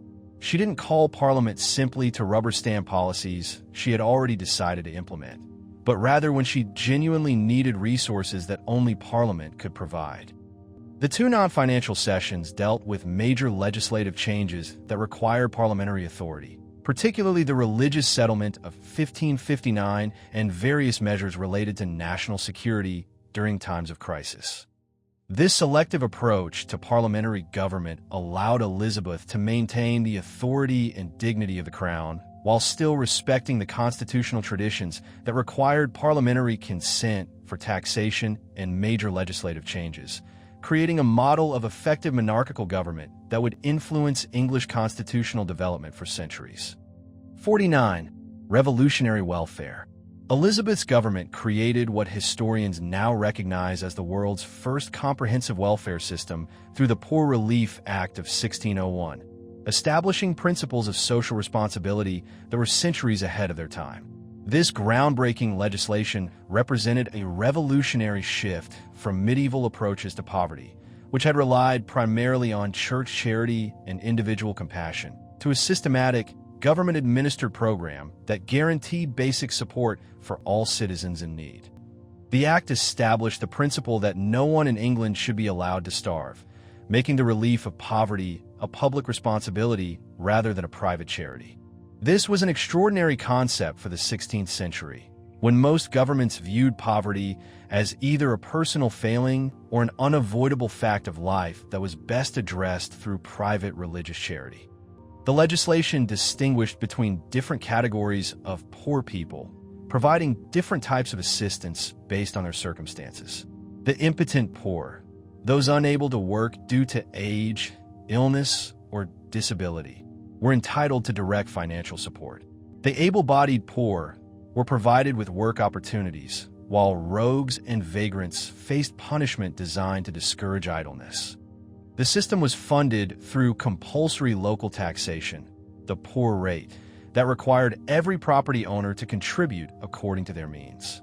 This represented an early form of progressive taxation for social welfare that wouldn't be seen again until the 20th century. The Poor Relief Act created administrative structures that lasted for over 2 centuries, providing a model for social welfare systems that would eventually be adopted throughout the world. 50. Parish responsibility. The Poor Relief Act of 1601 transformed England's more than 10,000 parishes from purely religious institutions into the foundation of a comprehensive social welfare system that reached every corner of the realm. This innovative approach to administration demonstrated Elizabeth's government's understanding that effective social policy required local implementation by authorities who understood their community's specific needs and circumstances. Each parish was required to appoint overseers of the poor, typically substantial local citizens who would assess needs, collect taxes, and distribute relief within their communities. This system ensured that decisions about who deserved help and how much assistance they should receive were made by people who personally knew the circumstances of those seeking aid. The parish-based system also created a mechanism for local accountability that prevented both fraud and neglect. Since the overseers lived in the same communities as the people they served, they had strong incentives to ensure that resources were used effectively and that genuine needs were met while discouraging dependency or abuse. The system required each parish to maintain detailed records of relief expenditures, creating an early form of social welfare bureaucracy that tracked both needs and resources across the entire kingdom. These records provide modern historians with unprecedented insight into the daily lives and struggles of ordinary English people during Elizabeth's reign. Most importantly, the parish-based system ensured that social welfare was integrated into existing community structures rather than creating entirely new bureaucracies. This practical approach helped ensure that the new system would be accepted and implemented effectively, creating lasting social changes that improved life for England's most vulnerable citizens. 51. Labor regulation. The Statute of Artificers of 1563 represented one of the most comprehensive attempts at economic regulation in English history, establishing government control over labor practices, wages, and working conditions throughout Elizabeth's realm. This extensive legislation demonstrated the Elizabethan government's belief that economic prosperity required careful regulation and planning rather than the uncontrolled market forces that characterized earlier periods. The 7-year apprenticeship requirement established by the statute ensured that English craftsmen would be thoroughly trained in their trades, maintaining the high quality of English goods that was essential for competing in international markets. This system also created clear pathways for social advancement, allowing young people from modest backgrounds to acquire valuable skills that could provide economic security for life. The statute's wage regulations represented an early attempt at what modern economists would recognize as macroeconomic management. By empowering justices of the peace to set maximum wages in their districts, the government hoped to prevent both exploitation of workers and the kind of wage inflation that could make English goods uncompetitive in foreign markets. The legislation also established detailed regulations for working hours, holiday observances, and employment contracts, creating a legal framework that protected both employers and workers from the most egregious forms of abuse while ensuring that economic activity proceeded in an orderly fashion. This comprehensive approach to labor regulation reflected the Elizabethan belief that good government required active involvement in economic affairs, establishing precedents for government regulation of working conditions that would eventually evolve into modern labor law. 52. Walsingham's Network. Under the direction of Sir Francis Walsingham, who served as Secretary of State from 1573 to 1590, Elizabeth's government developed the most sophisticated intelligence network in Europe, creating the foundation for modern espionage and counterintelligence operations. Walsingham's system represented a revolutionary approach to national security that relied on systematic information gathering rather than the random reports and court gossip that had characterized earlier intelligence efforts. The network employed dozens of agents throughout Europe, including double agents who pretended to serve Catholic powers while actually reporting to Walsingham. These operatives provided detailed reports on Spanish military preparations, papal political activities, and the movements of Catholic exiles who posed potential threats to Elizabeth's security. Perhaps most importantly, Walsingham employed skilled codebreakers like Thomas Philippes, who could decipher the encrypted correspondence that Catholic conspirators used to coordinate their activities. This cryptographic capability allowed English intelligence to uncover plots before they could be implemented, preventing numerous assassination attempts and foreign invasion plans. The intelligence network also used systematic surveillance of suspicious individuals within England, creating detailed files on potential threats and monitoring their activities through a combination of paid informants and intercepted communications. Walsingham's methods were controversial even in his own time. Many considered his tactics unethical and un-English. However, the effectiveness of his network in protecting Elizabeth from her enemies was undeniable, and his innovations in intelligence gathering established England as a major power in the dangerous world of 16th-century international relations. This sophisticated approach to intelligence represented a new kind of statecraft that recognized information as a crucial weapon in international competition. 53.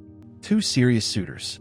Throughout her 45-year reign, Elizabeth entertained numerous marriage negotiations and received proposals from kings, princes, and nobles across Europe, but she seriously considered marriage only twice.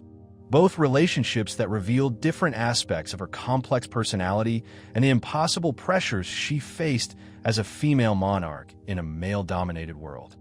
Her relationship with Robert Dudley, Earl of Leicester, represented genuine romantic love complicated by political impossibility.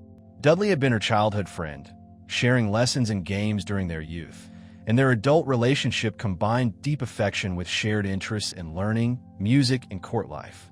However, his existing marriage and questionable reputation made him an impossible choice for a queen who needed to maintain her dignity and political authority. Her later courtship with Francis, Duke of Anjou, was more calculated but still involved genuine affection. Anjou was 22 years younger than Elizabeth and Catholic, creating obvious obstacles, but he was also intelligent, cultured, and politically useful as a potential alliance with France against Spanish power. Both relationships ultimately failed because of the fundamental contradiction in Elizabeth's position. As a woman, she craved emotional connection and companionship. But as a queen, she needed complete independence and authority.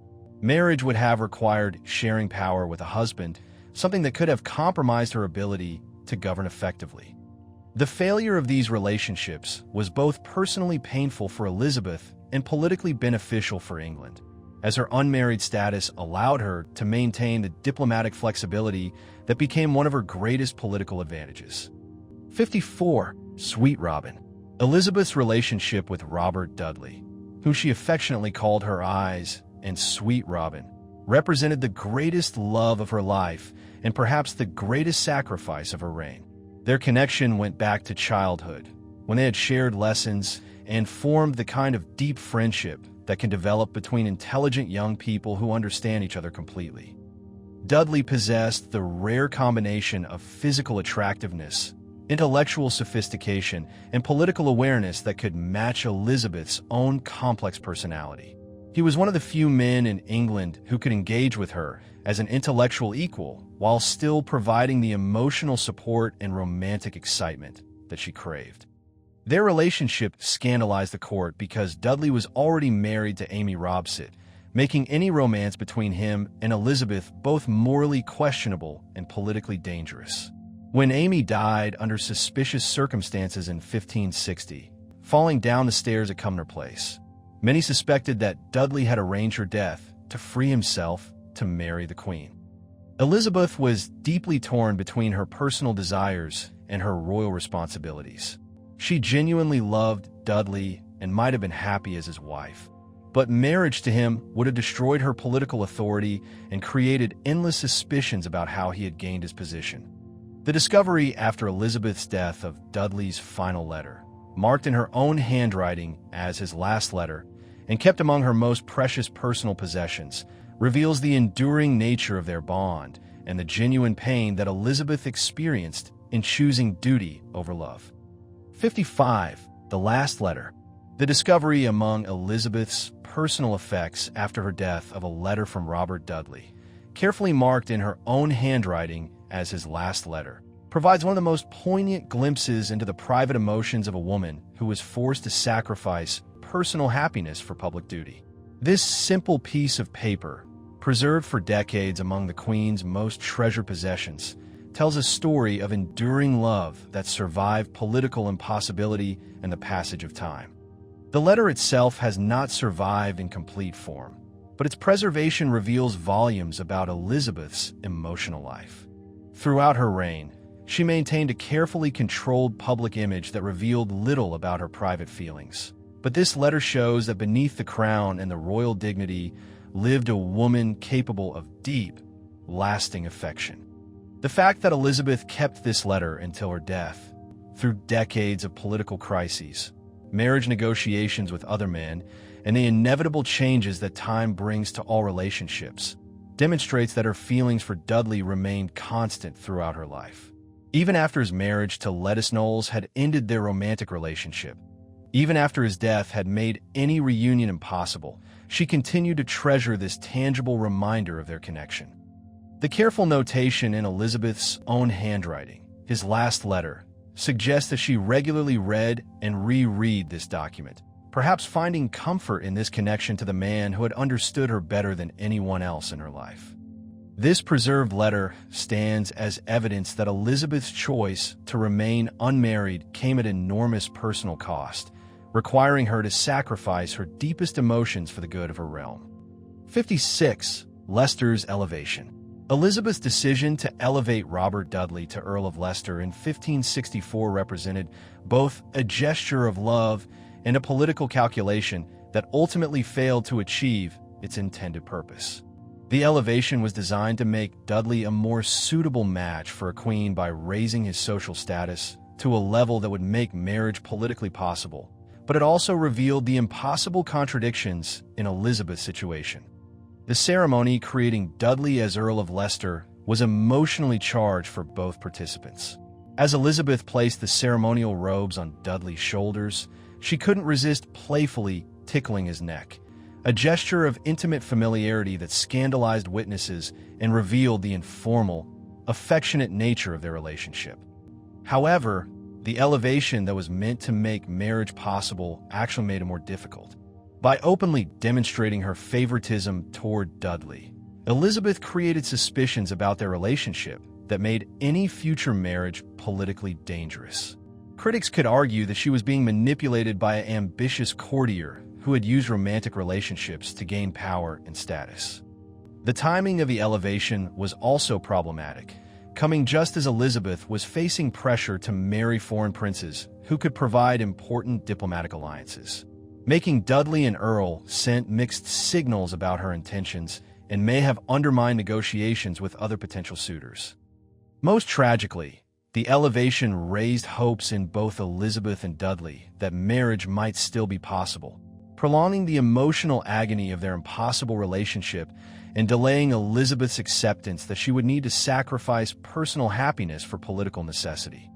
The Leicester elevation thus became a symbol of Elizabeth's struggle to balance her desires as a woman with her responsibilities as a queen. 57. The Banished Cousin. Robert Dudley's secret marriage to Lettice Knowles in 1578 created one of the most painful personal betrayals of Elizabeth's reign and resulted in one of her most ruthless acts of personal vengeance.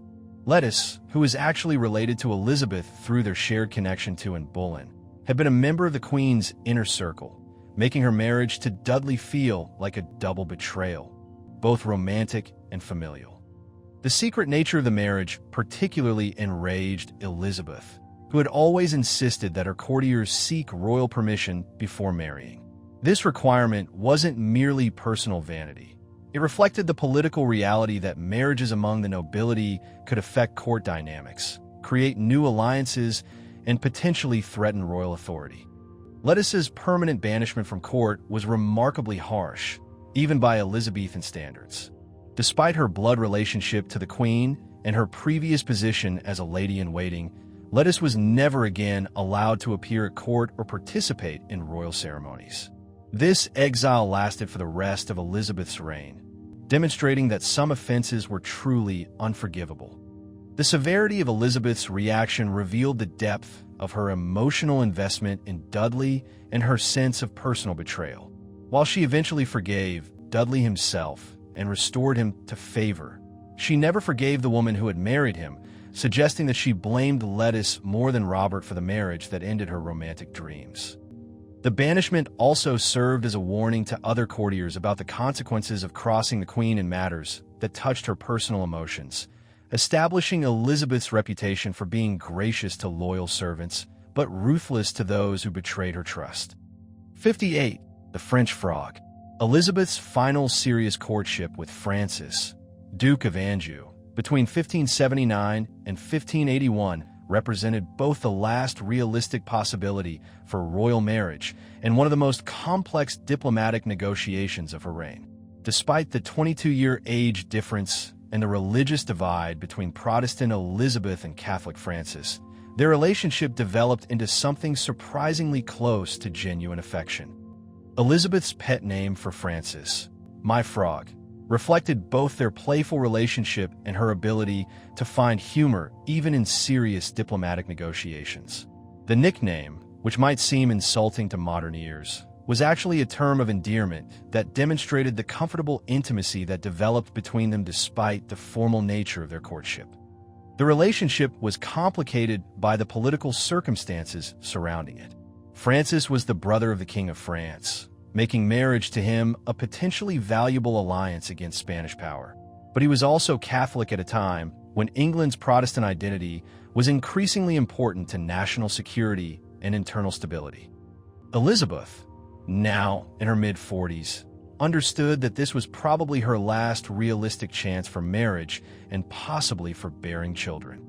The biological clock that had been ticking throughout her reign was now approaching its final hours, adding urgency to a decision that had been deferred for decades.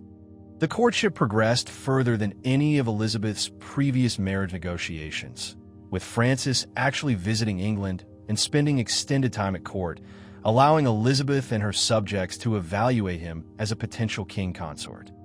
59. The Ring of Possibility. The moment when Elizabeth gave Francis, Duke of Anjou, a ring during their courtship represented the closest she ever came to actual marriage, creating a brief period when it seemed that England might finally have a king consort and the possibility of royal heirs. This gesture, witnessed by courtiers and foreign ambassadors, was interpreted by many as a formal engagement that would soon be followed by wedding preparations. The ring ceremony took place in the context of increasing pressure on Elizabeth to finally resolve the marriage question that had dominated her reign for over 20 years. At 46, she was approaching the end of her childbearing years, and many of her advisors believed this might be her last opportunity to secure the succession through marriage and children. Elizabeth's genuine affection for Francis was evident to everyone at court. Unlike her previous marriage negotiations, which had been conducted primarily through ambassadors and formal diplomatic channels, this courtship involved extended personal interaction that allowed real emotional bonds to develop. The ring gift also represented a moment of hope for those who believed that England needed royal marriage to ensure political stability. The prospect of a French alliance against Spanish power was attractive to many English politicians, and Francis's personal charm had won him supporters even among those who were initially skeptical about the Catholic marriage. However, the ring that seemed to promise marriage and political alliance would ultimately become a symbol of Elizabeth's final decision to remain unmarried, as public opposition to the Catholic match would eventually force her to choose between personal happiness and political necessity once again. 60. Heartbreak and tears. When Elizabeth finally broke off her courtship with Francis, Duke of Anjou, in 1581, due to overwhelming public opposition to marrying a Catholic, she experienced what may have been the most genuine heartbreak of her life. Unlike her earlier decision to forego marriage with Robert Dudley, which had been based primarily on political impossibility, her rejection of Francis came despite genuine affection and after she had briefly allowed herself to believe that marriage might actually be possible.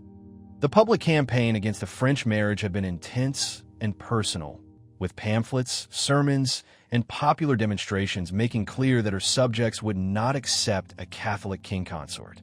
John Stubbs, who wrote The Discovery of a Gaping Gulf, attacking the proposed marriage, had his right hand cut off as punishment, but the severity of his punishment only increased public sympathy for his cause. Elizabeth's tears during council meetings after making the decision to end the courtship revealed emotions that she rarely displayed in public.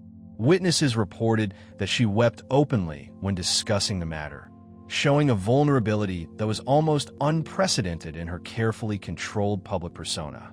The decision marked the end of Elizabeth's realistic hopes for marriage and children, forcing her to accept that she would remain the Virgin Queen for the rest of her life.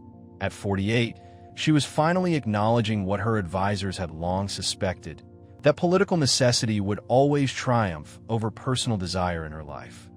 The heartbreak over Francis may have been intensified by the realization that this decision was final, that there would be no more suitors or second chances, and that she had definitively chosen crown over personal happiness.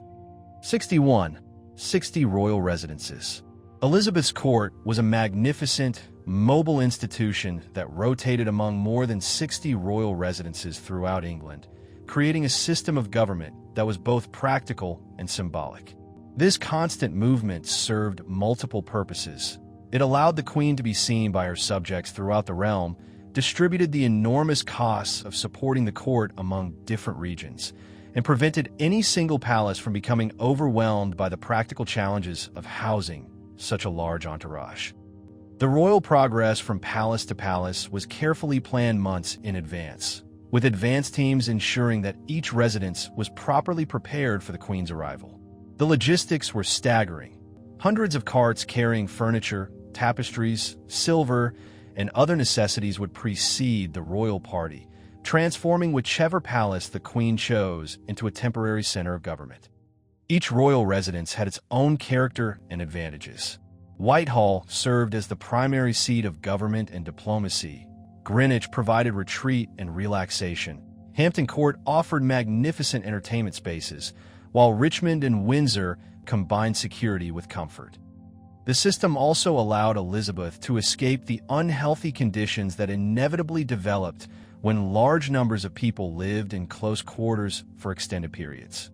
In an age before modern sanitation, even the grandest palaces could become unbearable after a few weeks of intensive occupation. Most importantly, the mobile court ensured that Elizabeth's presence was felt throughout her realm, allowing her to maintain personal connections with local nobility and demonstrate royal authority in regions that might otherwise feel forgotten by distant central government. 62. 1,000 courtiers. The Elizabethan court was essentially a small city that traveled with the Queen, typically consisting of over 1,000 people, including nobles, officials, servants, guards, and various specialists needed to maintain royal dignity and governmental function. This enormous entourage represented one of the largest and most complex institutions in 16th century Europe, requiring sophisticated organization and massive resources to function effectively. The court hierarchy was precisely structured, with everyone from the highest nobles to the lowest servants understanding exactly their place in the royal pecking order. Dukes and earls occupied the most prestigious positions, followed by knights and gentlemen, then various categories of servants and specialists, each with specific duties and privileges. The presence of so many people created both opportunities and challenges for Elizabeth's governance. On one hand, the large court ensured that she was surrounded by the most talented and influential people in England, creating a natural center for political, cultural, and intellectual activity. On the other hand, managing such a large group required constant attention to questions of precedence, accommodation, and supply. The court also served as England's primary center for cultural and intellectual development. Musicians, poets, scholars, and artists all sought positions at court, creating a concentrated environment of creativity and learning that fostered the English Renaissance. Perhaps most importantly, the large court served as a visible symbol of English power and prosperity, impressing foreign visitors with the wealth and sophistication of Elizabeth's realm, while providing careers and opportunities for hundreds of ambitious English men and women. 63. Airing and sweetening. The practical necessity of moving the court between palaces every few weeks revealed the harsh realities of life in the 16th century, when even the grandest royal residences lacked the sanitation systems needed to support large populations for extended periods. The euphemistic phrase, airing and sweetening, described the essential process of cleaning and renovating palaces after the court's departure. When over 1,000 people lived in close quarters for several weeks, even the most magnificent palace would become overwhelmed with the accumulated waste, food scraps, and general detritus of daily life.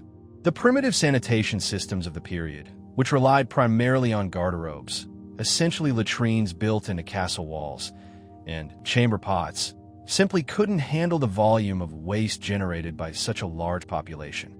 The sweetening process involved teams of servants who would clean the palace from top to bottom, replacing rushes on floors, washing tapestries and linens, and clearing away the accumulated debris of court life. Windows would be opened to allow fresh air to circulate, while perfumes and herbs were burned to mask any lingering odors. This rotation system was actually quite sophisticated for its time, representing an early understanding of the health benefits of sanitation and fresh air. By regularly moving the court and thoroughly cleaning each palace, Elizabeth's household managers were able to maintain relatively healthy living conditions despite the limitations of 16th century technology. The necessity of this process also created employment for hundreds of additional servants who specialized in palace maintenance and preparation, contributing to the local economies of regions where royal residences were located. 64. Whitehall's grandeur. Whitehall Palace stood as the most magnificent royal residence in all of Europe. Its sprawling complex of buildings covering an astounding 23 acres and containing over 1,500 rooms of varying sizes and purposes. This vast architectural marvel served as the primary seat of Elizabeth's government and the ceremonial heart of her kingdom, impressing foreign visitors with its unprecedented scale and luxury. The palace had been expanded dramatically by Henry VIII, who had transformed what was originally the Archbishop of York's London residence into a complex that rivaled any royal palace in Europe. The result was a sprawling maze of courtyards, galleries, private apartments, and staterooms that could accommodate the enormous household needed to support a Renaissance monarch. Whitehall's size allowed it to serve multiple functions simultaneously as royal residence, seat of government, diplomatic center, and cultural hub. The palace contained the Privy Council chamber where Elizabeth's most important political decisions were made, magnificent staterooms where she received foreign ambassadors, private apartments where she could retreat from public life, and ceremonial spaces where she could display royal majesty to maximum effect. The palace's famous presence chamber was the site of some of Elizabeth's most memorable public appearances, while the Privy Gallery provided space for the informal conversations and negotiations that were often more important than formal diplomatic meetings. Perhaps most importantly, Whitehall's overwhelming grandeur served as a constant reminder to both English subjects and foreign visitors of the wealth, power, and sophistication of Elizabeth's government, helping to establish England's reputation as a major European power despite its relatively small size and population. 65. The Maundy Ceremony. Each Easter at Windsor Castle, Elizabeth participated in one of the most ancient and meaningful royal ceremonies in the Christian calendar, the Maundy Service, which commemorated Christ's washing of his disciples' feet at the Last Supper. This elaborate ritual demonstrated Elizabeth's understanding of the religious dimensions of monarchy, while creating powerful symbolic connections between the Queen and her most vulnerable subjects. The ceremony required Elizabeth to personally wash the feet of poor women, with the number of participants corresponding to the Queen's age, a tradition that emphasized the connection between royal authority and Christian service. As Elizabeth aged, the ceremony became increasingly demanding, but she continued to participate fully, demonstrating that royal privilege came with religious obligations. The ritual itself was carefully choreographed and deeply symbolic. Elizabeth would kneel before each woman in turn, washing their feet with water from silver basins, then drying them with linen towels before making the sign of the cross and kissing each foot. This act of royal humility powerfully demonstrated that even the most exalted earthly authority was subordinate to divine commandment. The ceremony concluded with the distribution of gifts including cloth, shoes, food, wine, and purses containing coins equal to the Queen's age. These gifts provided practical relief to recipients, while symbolizing royal generosity and concern for the welfare of the poorest subjects. The Maundy service was particularly important for Elizabeth because it demonstrated her Protestant faith through participation in ancient Christian tradition, helping to legitimize her religious authority while connecting her reign to centuries of English royal custom. 66. Gift roll records. The elaborate New Year's gift exchange at Elizabeth's court represented far more than simple seasonal celebration. It was a carefully orchestrated demonstration of loyalty, hierarchy, and royal magnificence that was meticulously recorded in detailed gift rolls that provide modern historians with fascinating insights into court relationships and political dynamics. These gift rolls listed every present given to the Queen and every gift she bestowed in return, creating a comprehensive record of court politics expressed through material objects. The value and nature of gifts reflected the giver's status, wealth, and relationship with the Queen, while Elizabeth's reciprocal gifts demonstrated her understanding of each courtier's position and her expectations for their future service. The system served multiple political functions beyond mere generosity.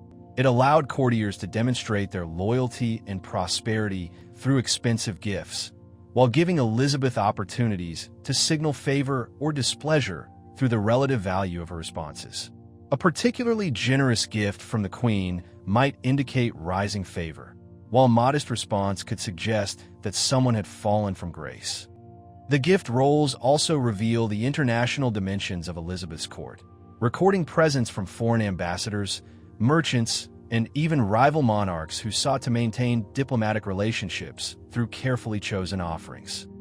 Perhaps most importantly, The gift exchange created an annual ritual that reinforced court hierarchy and royal authority, while providing Elizabeth with valuable objects that enhanced the magnificence of her court and demonstrated England's prosperity to foreign observers. The survival of these detailed records allows modern historians to understand court politics and relationships with unprecedented precision. 67. Hatton's Jewels. The gift that Sir Christopher Hatton presented to Elizabeth for New Year's 1588. A magnificent necklace of gold, diamonds, and rubies, exemplified both the extraordinary luxury of Elizabethan court life and the political relationships that were expressed through such material displays. Hatton, who served as Elizabeth's Lord Chancellor and was one of her most trusted advisors, understood that maintaining royal favor required constant demonstration of loyalty through both service and generosity. The timing of this particular gift was significant, coming during the year of the Spanish Armada when England faced its greatest military threat. Hatton's expensive present demonstrated confidence in Elizabeth's ultimate victory while providing her with magnificent jewelry that would enhance her regal appearance during this crucial period. The choice of gemstones was also symbolically important. Gold represented the sun and royal authority. Diamonds symbolized invincibility and divine protection, while rubies were associated with courage and victory in battle. Together, these materials created a piece of jewelry that was both beautiful and politically meaningful. Hatton's generosity was typical of Elizabeth's most successful courtiers, who understood that the Queen's favor had to be earned and maintained through continuous demonstration of loyalty and service. The cost of such gifts represented a significant investment in political relationships, but the potential rewards, offices, estates, monopolies, and royal favor, made such expenses worthwhile for ambitious courtiers. The survival of records describing Hatton's gift allows modern historians to understand how material culture and political relationships intersected in Elizabeth's court, revealing the sophisticated ways that luxury objects served diplomatic and political purposes. 68. Accession Day Pageantry. Elizabeth's Accession Day celebrations, held annually on November 17th to commemorate her accession to the throne, evolved into one of the most spectacular and politically significant festivals in English history. These elaborate celebrations, initially organized by Sir Henry Lee, who served as the Queen's champion until his retirement in 1590, combined religious thanksgiving, patriotic demonstration, and magnificent entertainment into a uniquely English celebration of Protestant monarchy. The centerpiece of Accession Day was the tournament held at Whitehall, where England's greatest knights competed in elaborate tilts that combined genuine athletic competition with theatrical pageantry. These tournaments weren't mere entertainment. They served as public demonstrations of English martial prowess at a time when military reputation was crucial for international respect and security. The celebrations also included elaborate staged military skirmishes that allowed spectators to witness mock battles between Christian and Turk, Protestant and Catholic, or other symbolic conflict that reinforced England's religious and political identity. These performances served as both entertainment and propaganda, helping to build popular support for Elizabeth's policies. The day concluded with magnificent banquets and fireworks displays that demonstrated English prosperity and technological sophistication to foreign observers, while providing memorable experiences for English subjects who attended the celebrations.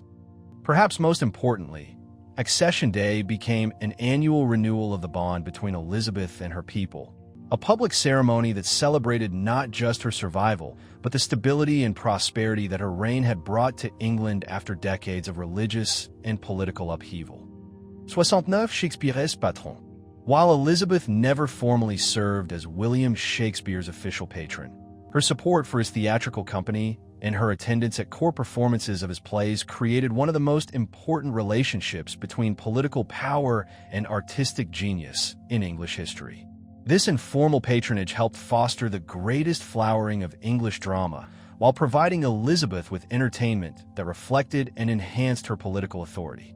Shakespeare's company, known as the Lord Chamberlain's Men during Elizabeth's reign, enjoyed royal protection and frequent opportunities to perform at court during Christmas festivities and other special occasions. These court performances were particularly important for the company's financial stability and artistic reputation, as royal approval helped attract audiences for their public performances. Elizabeth's presence at performances of Twelfth Night, The Merry Wives of Windsor, and Love's Labour's Lost demonstrated her appreciation for Shakespeare's artistry while providing him with the ultimate audience for his work. The Queen's laughter and applause served as royal endorsement that enhanced Shakespeare's reputation throughout England. The relationship was mutually beneficial. Elizabeth gained access to the finest dramatic entertainment of her age, while Shakespeare received the security and prestige that came with royal favor. The playwright's works often included subtle compliments to Elizabeth and celebrations of English history and identity that served her political purposes. Perhaps most importantly, Elizabeth's support for Shakespeare and other dramatists helped create the cultural environment that made the English Renaissance possible, establishing England as a center of artistic achievement that rivaled Italy and France in creativity and sophistication. 70. Christmas entertainment. The performance of Twelfth Night and other Shakespearean comedies during Christmas festivities at Elizabeth's court represented the perfect marriage of royal entertainment and artistic achievement that characterized the Elizabethan Golden Age. These holiday performances served multiple purposes, providing sophisticated entertainment for the court, demonstrating English cultural achievement to foreign visitors, and celebrating the festive season in ways that reinforce social bonds and political authority.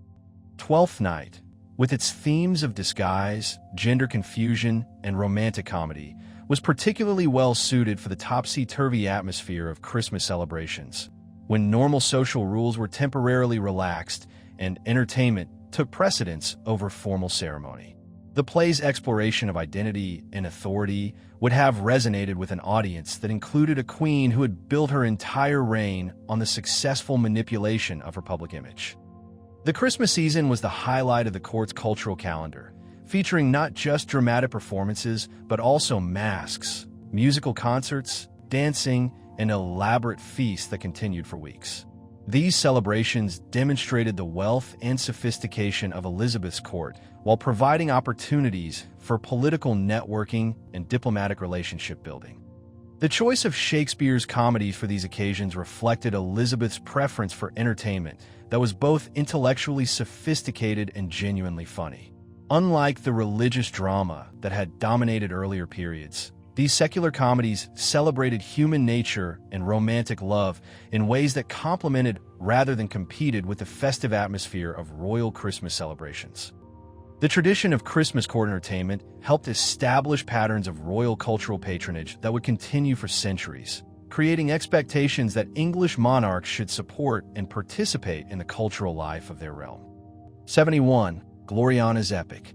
Edmund Spenser's masterpiece, The Faerie Queene, created the most influential literary portrait of Elizabeth I ever written, transforming the historical queen into the mythical figure of Gloriana, whose perfect virtue and divine authority became central to English national identity.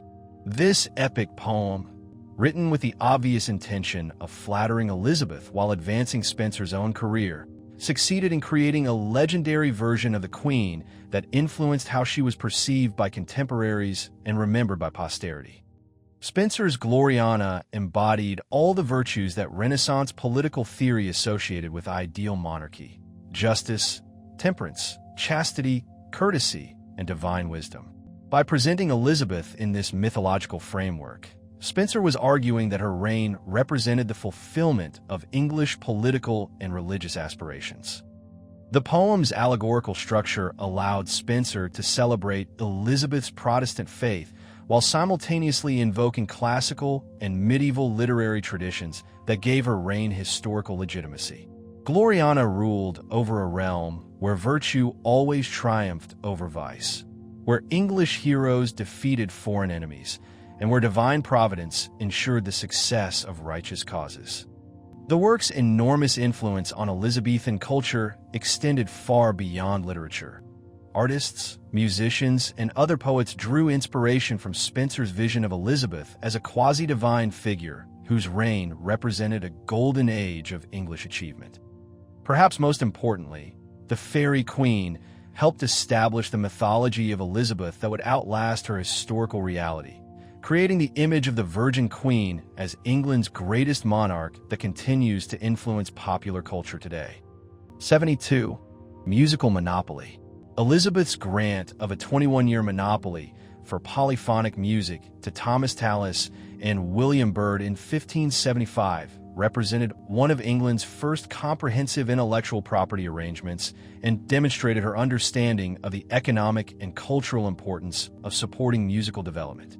This innovative contract gave the two composers exclusive rights to print and publish set songes or songes in parts, creating a protected market that encouraged musical composition while ensuring royal control over this important cultural medium.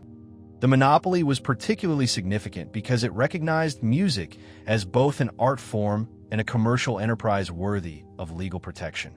This early form of copyright law established precedents for intellectual property rights that would eventually extend to literature, inventions, and other creative works.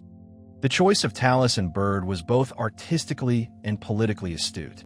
Tallis was already established as one of England's greatest composers, while the younger Byrd represented the future of English musical development. Both men were capable of creating music that was both artistically sophisticated and suitable for Protestant worship services. The monopoly also served religious purposes by ensuring that official church music would be composed by reliable artists who understood the theological and political requirements of the Elizabethan religious settlement. This control over sacred music helped reinforce Protestant worship practices while maintaining the high artistic standards that Elizabeth demanded for all court activities. The economic benefits of the monopoly allowed Tallis and Byrd to invest time and resources in composition without worrying about unauthorized copying of their works, leading to a flowering of English musical achievement that enhanced the cultural reputation of Elizabeth's court throughout Europe. 73. Dowland's success.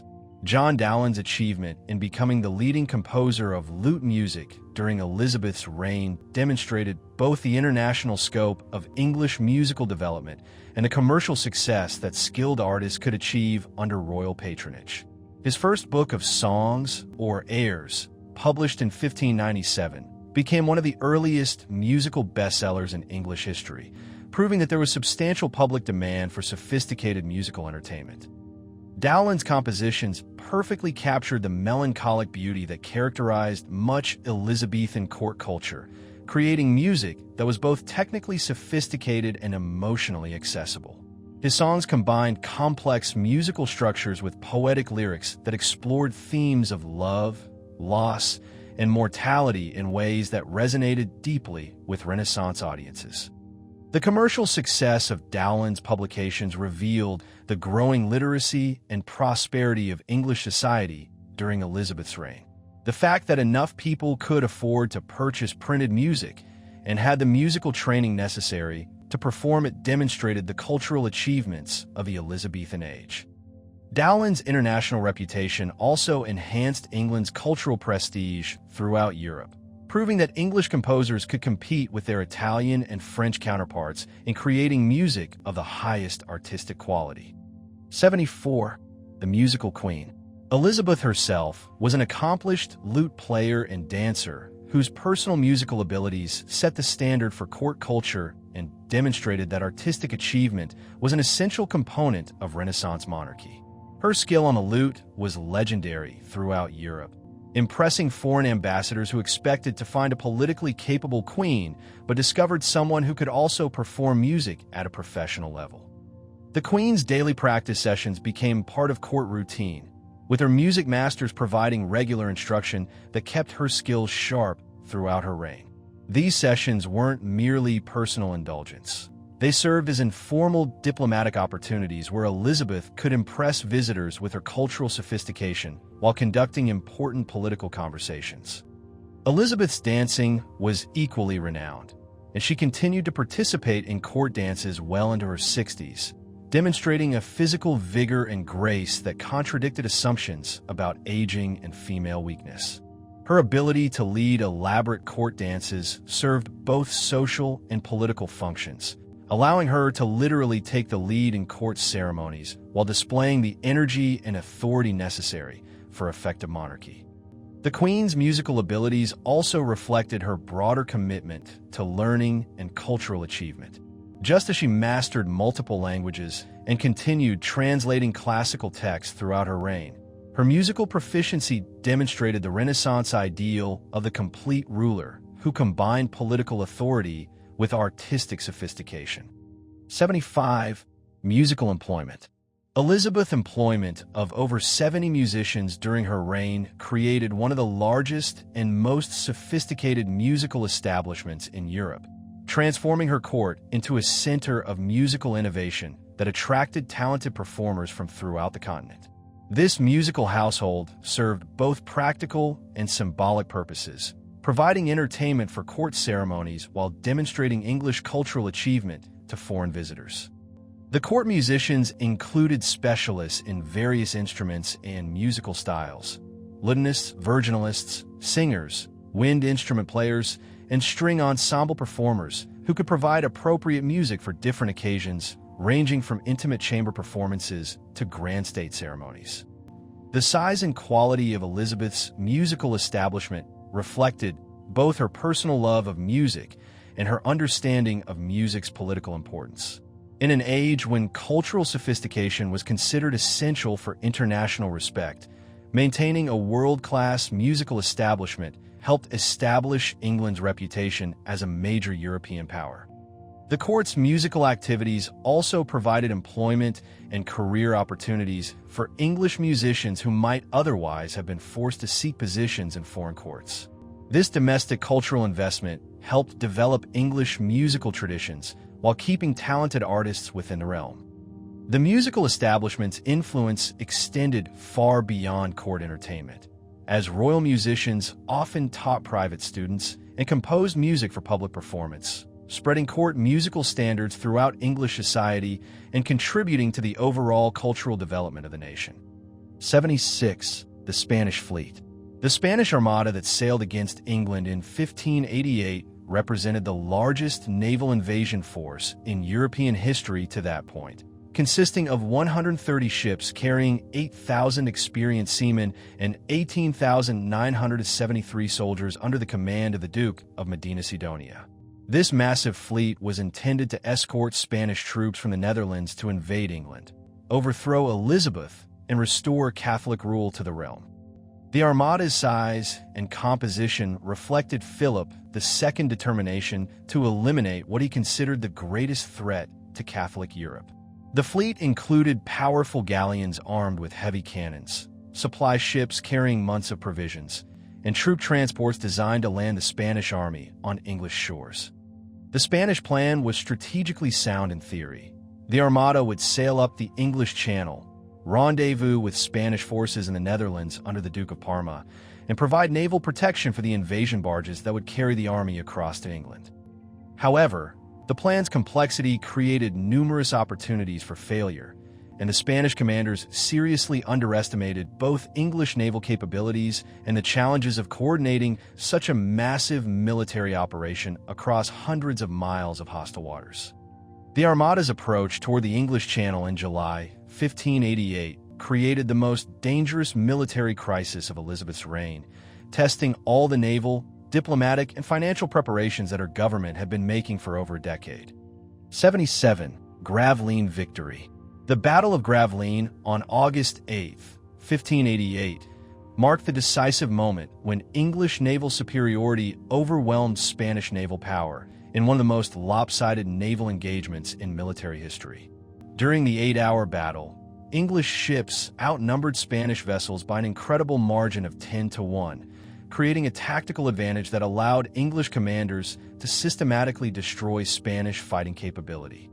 The battle demonstrated the effectiveness of English naval innovations, particularly their emphasis on long-range gunnery over the traditional Spanish tactic of closing for boarding actions.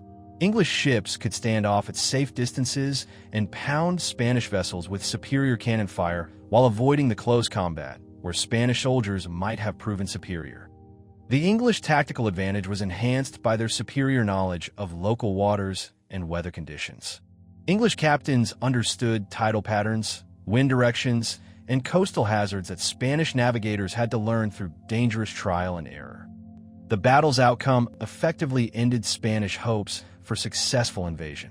While the Armada still existed as a fighting force after Gravelines, its ability to protect invasion barges or maintain control of the English Channel had been destroyed.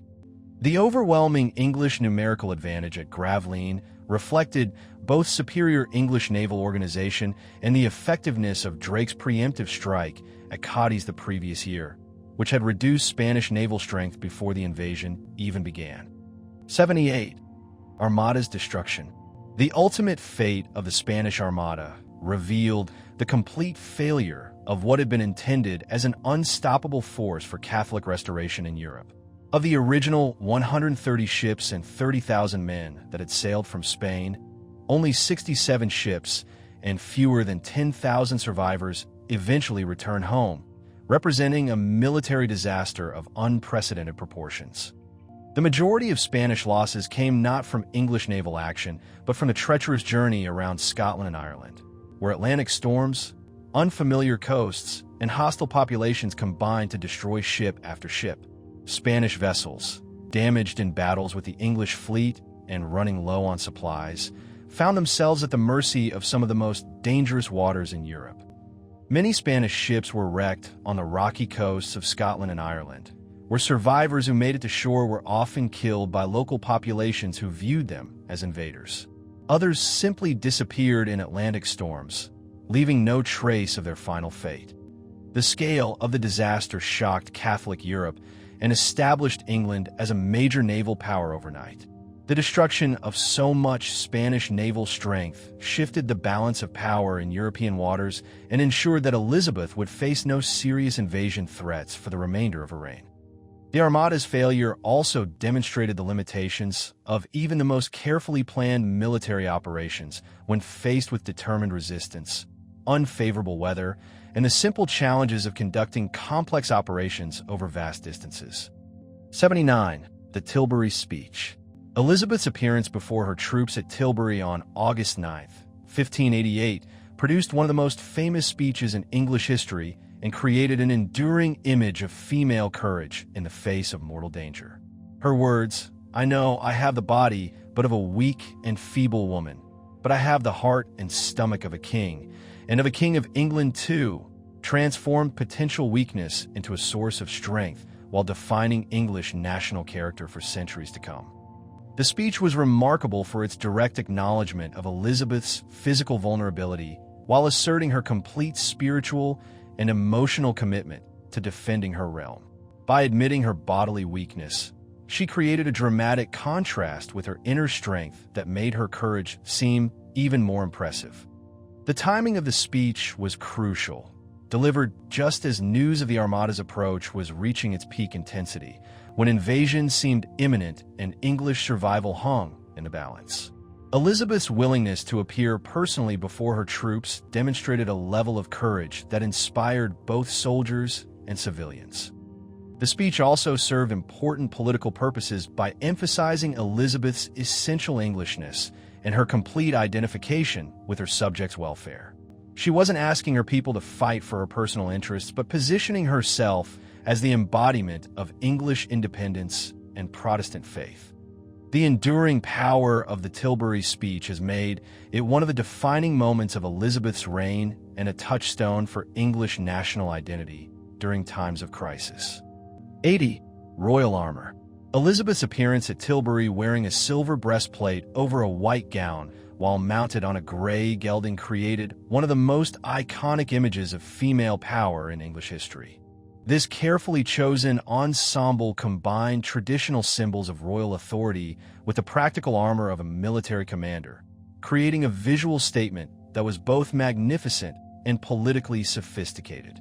The silver breastplate served multiple symbolic purposes, It demonstrated Elizabeth's willingness to share the dangers faced by her soldiers while reflecting light in ways that made her visible to troops throughout the assembled army. The choice of silver rather than steel also maintained the feminine grace that was essential to Elizabeth's public image. The white gown beneath the armor symbolized both royal purity and Protestant virtue, creating religious and moral associations that enhanced Elizabeth's authority as a godly ruler, defending her people against Catholic invasion. The combination of military and feminine elements in her costume perfectly captured the unique nature of her position. The gray gelding was chosen for its reliability and calm temperament, rather than the more dramatic stallions typically preferred for royal ceremonial occasions. This practical choice emphasized Elizabeth's genuine military preparedness rather than mere theatrical display. The overall effect of Elizabeth's appearance at Tilbury was to create a memorable image that combined majesty with accessibility, strength with femininity, and royal dignity with military determination, an image that became central to how both contemporaries and later generations understood her reign. 81. Naval innovation. English naval superiority over the Spanish Armada resulted from systematic technological and tactical innovations that transformed English ships into the most effective fighting vessels in European waters. The English emphasis on superior long-range cannons and line-to-line firing tactics represented a revolutionary approach to naval warfare that made traditional Spanish grappling and boarding methods obsolete. English shipbuilders had developed galleons that were faster and more maneuverable than their Spanish counterparts, with lower profiles that made them harder to hit while providing stable platforms for accurate gunnery. These design improvements reflected years of experience in Atlantic navigation and naval combat that had taught English commanders the importance of mobility and firepower. The English tactical innovation of maintaining disciplined battle lines while delivering coordinated cannon fire required extensive training and superior seamanship that gave English crews decisive advantages over Spanish opponents who relied primarily on individual ship-to-ship combat.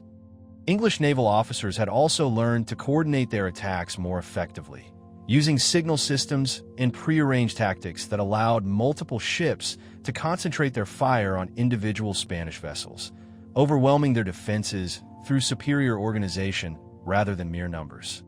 These innovations in ship design, weaponry, and tactics established England as the leading naval power in Europe and provided the foundation for the global maritime empire that would dominate world commerce for the next 3 centuries. 82. Drake's preemptive strike. Sir Francis Drake's audacious attack on the Spanish fleet at Cadiz in April 1587 demonstrated the offensive potential of English naval power while seriously disrupting Spanish invasion preparations. This preemptive strike, which Drake famously described as singeing the King of Spain's beard, destroyed several dozen Armada ships and over 10,000 tons of essential supplies, delaying the Spanish invasion by approximately 1 year. The Cadiz raid was remarkable for both its tactical success and its strategic impact. Drake's fleet penetrated one of Spain's most heavily defended harbors, destroyed millions of ducats worth of ships and supplies, and escaped with minimal losses, a feat that seemed almost impossible to contemporary observers. The supplies destroyed at Cadiz were particularly crucial for Spanish invasion plans. Drake's forces targeted not just ships, but also the seasoned timber, naval stores, and food supplies that would have been essential for maintaining the Armada during its invasion campaign. The year's delay caused by Drake's raid proved crucial for English defensive preparations. The additional time allowed Elizabeth's government to complete coastal fortifications, train militia forces, and coordinate with Protestant allies who could provide intelligence about Spanish movements. Perhaps most importantly, the psychological impact of the Cadiz raid demonstrated that Spain was not invulnerable and that English naval forces could strike successfully at the heart of Spanish power, boosting English confidence while creating doubts about Spanish military supremacy. 83. Financial recovery. Elizabeth's achievement in clearing the crown's debts by 1574 and accumulating a surplus of £300,000 by the 1580s represented one of the most remarkable financial turnarounds in English royal history. This transformation from the bankruptcy that had characterized her predecessor's reigns to genuine prosperity provided the foundation for all of Elizabeth's later military and diplomatic successes.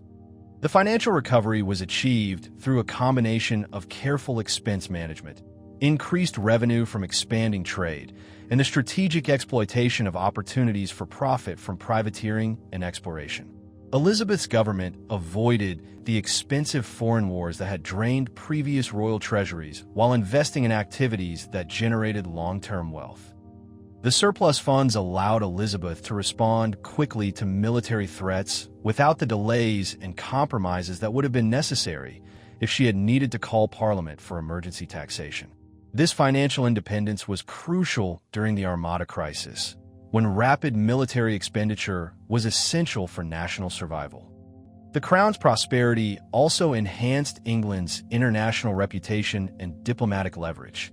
Foreign governments were more likely to take seriously a monarch who could afford to maintain military forces and fund diplomatic initiatives without obvious financial strain. Perhaps most importantly, Elizabeth's financial success demonstrated that careful management and strategic investment could create prosperity without the oppressive taxation that characterized many European governments, helping to maintain the domestic stability that was essential for her long-term political success. 84. Drake's Golden Return. Sir Francis Drake's circumnavigation of the globe between 1577 and 1580 returned to England with Spanish treasure worth an astounding 15 million ducats, creating instant wealth that transformed both English naval capabilities and Elizabeth's personal finances.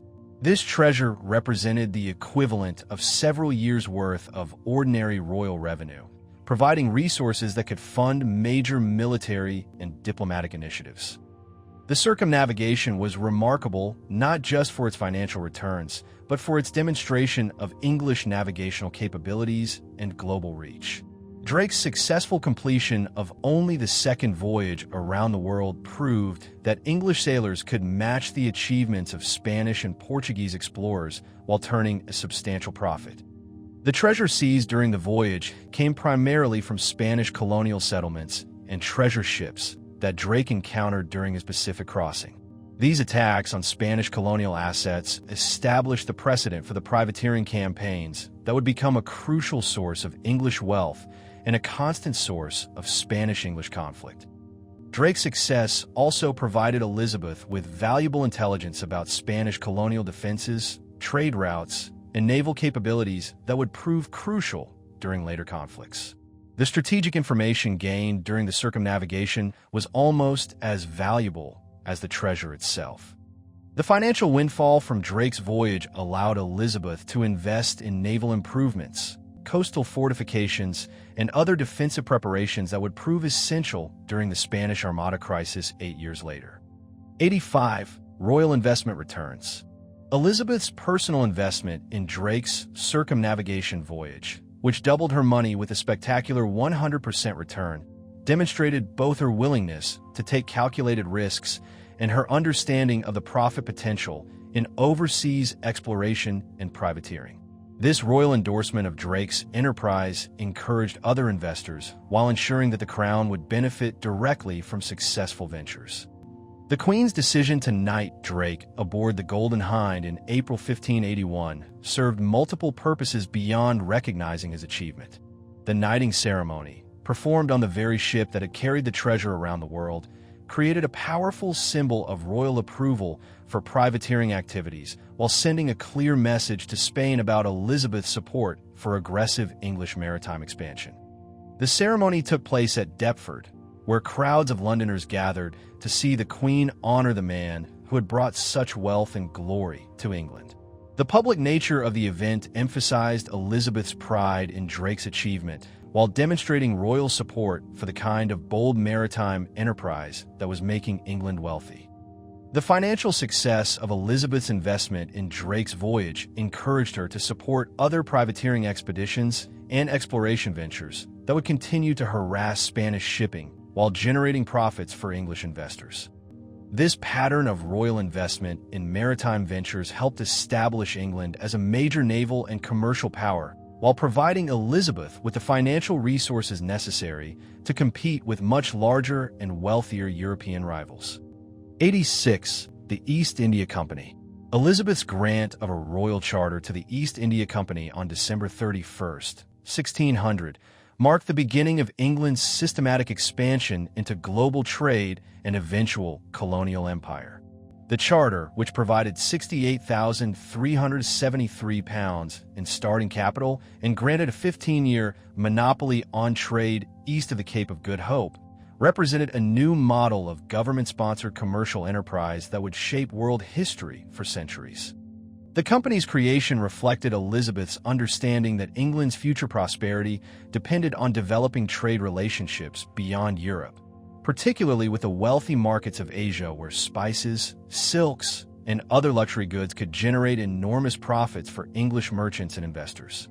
The monopoly structure of the charter ensured that English trading efforts in Asia would be coordinated and well-funded rather than fragmentary and competitive.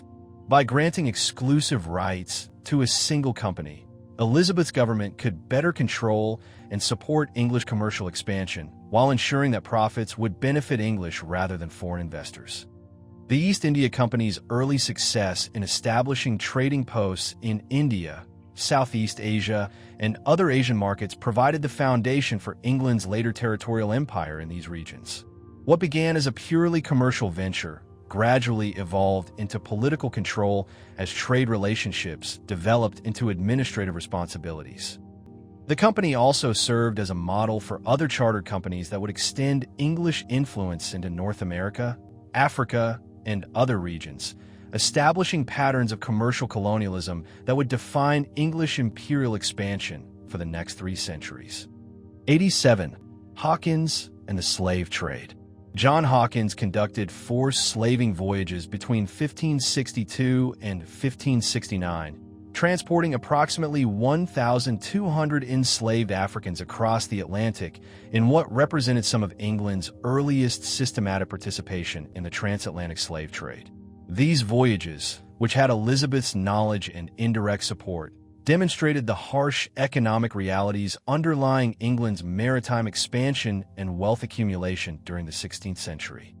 Hawkins's first voyage was so profitable that it attracted investment from prominent London merchants and even members of the royal household who saw the enormous financial potential in trading human beings. The profits from these expeditions helped fund other maritime ventures and contributed to the capital accumulation that made England's later colonial expansion possible. The voyages also established trading relationships with Spanish colonial settlements in the Caribbean, despite official Spanish prohibitions on foreign trade. Hawkins used a combination of diplomacy, bribery, and intimidation to convince Spanish colonial officials to purchase enslaved Africans in exchange for gold, silver, and other valuable commodities. While these activities would be recognized today as crimes against humanity, in the 16th century, they were viewed as legitimate commercial enterprises that contributed to English wealth and naval experience, providing both financial resources and maritime expertise that would prove crucial during later conflicts with Spain. 88. Raleigh's colonial dreams. Elizabeth's grant to Sir Walter Raleigh in 1584 the right to discover, search, find out, and view such remote heathen and barbarous lands launched England's first serious attempt at establishing permanent colonies in North America. This royal charter reflected Elizabeth's growing understanding that England's future prosperity might depend on developing territorial empires similar to those that had made Spain and Portugal wealthy. Raleigh's vision extended far beyond simple trading posts or temporary settlements. He envisioned establishing permanent English communities in North America that could provide raw materials for English industries, markets for English goods, and strategic bases for attacking Spanish shipping in the Caribbean. The charter granted Raleigh enormous powers, including the authority to govern any territories he might establish, collect taxes from colonists, and maintain military forces for defense against both foreign enemies and hostile indigenous populations. These powers essentially made him a feudal lord over any successful colonies. Raleigh's colonial enterprise also served important strategic purposes by potentially providing England with naval bases closer to Spanish colonial territories, creating opportunities for more effective privateering campaigns against Spanish treasure fleets returning from the Americas. The charter represented Elizabeth's belief that English colonization could serve both commercial and military purposes while extending English influence into regions that had previously been dominated by Catholic powers. 89. The Lost Colony. The mysterious disappearance of the 1587 Roanoke colony, consisting of 118 English settlers, including women and children, created one of the most enduring mysteries in American history, while highlighting the enormous challenges facing early English colonial efforts. When supply ships returned to Roanoke in 1590, they found the settlement completely abandoned with only the word Croton carved on a post as a clue to the colonists' fate. The colony had been established as England's first serious attempt to create a permanent settlement in North America, complete with families and craftsmen who were intended to build a self-sustaining community rather than merely a temporary trading post or military outpost. The disappearance of the colonists remains unexplained to this day, with theories ranging from integration with local Native American communities to destruction by hostile forces or simple failure to survive in an unfamiliar environment. The lack of definitive answers has made the Lost Colony one of America's most famous historical mysteries. The failure of the Roanoke colonies demonstrated the enormous practical challenges involved in establishing successful settlements thousands of miles from England, including problems with supply, communication, relations with indigenous peoples, and the basic survival skills needed for life in unfamiliar territories. Despite its ultimate failure, the Roanoke experiment provided valuable lessons that would inform later, more successful English colonial efforts in Virginia and New England. 90. Virginia Dare. Virginia Dare, born to English colonists at Roanoke in 1587, holds the distinction of being the first English child born in North America, representing both the hope and tragedy of early English colonial efforts. Her birth symbolized the colonists' commitment to establishing permanent communities rather than temporary settlements, but her subsequent disappearance with the rest of the Lost Colony highlighted the precarious nature of these early ventures. The choice of her name was deeply symbolic. Virginia honored both the Virgin Queen Elizabeth and the new territory that had been named in her honor, creating a connection between the infant and the imperial ambitions of her homeland. Her birth was celebrated by the colonists as proof that English families could survive and prosper in the New World. Virginia's grandfather, John White, served as governor of the Roanoke colony and was forced to return to England for supplies just weeks after her birth. When he finally returned 3 years later, delayed by the Spanish Armada crisis, he found the settlement empty and his granddaughter vanished without a trace. The mystery surrounding Virginia Dare's fate has made her a legendary figure in American folklore, representing both the courage of early English colonists and the tragic losses that marked the early period of European settlement in North America. Her story became a symbol of the human cost of colonial expansion while inspiring later generations of Americans who saw her as a founding figure in their national mythology. 91. The Dancing Queen. Elizabeth's obsession with dancing continued throughout her life, providing both personal pleasure and political advantage in a court where grace, energy, and physical capability were seen as reflections of royal authority. Her skill and enthusiasm for dancing impressed foreign visitors who expected to find an aging spinster, but instead encountered a vibrant queen who could outdance courtiers half her age. Dancing served multiple purposes in Elizabethan court culture. It provided entertainment, demonstrated social hierarchy through elaborate protocols about who could dance with whom, and created opportunities for informal political conversations that were often more important than formal diplomatic meetings. Elizabeth's famous sweet tooth, particularly her love of candied violets, became legendary throughout Europe and reflected both her personal indulgences and the increasing availability of sugar and exotic confections that demonstrated England's growing wealth and international trade connections. The combination of her dancing obsession and sweet tooth created an image of a queen who enjoyed life's pleasures while maintaining the dignity and authority necessary for effective governance. This balance between personal enjoyment and royal responsibility became one of the defining characteristics of Elizabeth's public persona. Her continued participation in court dances well into her 60s demonstrated a vitality and energy that contradicted contemporary assumptions about aging and female weakness, helping to maintain her authority even as her physical appearance began to show the effects of time. 92. 3,000 gowns. Elizabeth's wardrobe of over 3,000 gowns represented far more than personal vanity. It was a carefully calculated political weapon designed to demonstrate England's wealth, Elizabeth's authority, and the magnificence of her court to both domestic and foreign audiences. Each gown was a masterpiece of craftsmanship that showcased English artistic abilities while creating the kind of visual impact necessary for effective royal image-making. The sheer number of gowns ensured that Elizabeth could appear in different outfits for every public appearance, preventing the kind of repetition that might suggest financial constraints or lack of proper royal dignity. This constant variety helped maintain the sense of royal magnificence that was essential for political authority. The gowns served diplomatic purposes by impressing foreign ambassadors with England's prosperity and sophistication. When Spanish or French envoys reported back to their sovereigns about Elizabeth's court, the descriptions of her magnificent clothing helped establish England's reputation as a major European power. The creation and maintenance of such an enormous wardrobe also provided employment for hundreds of seamstresses, embroiderers, jewelers, and other craftspeople, contributing to London's economy while developing the luxury trades that would become important sources of English wealth.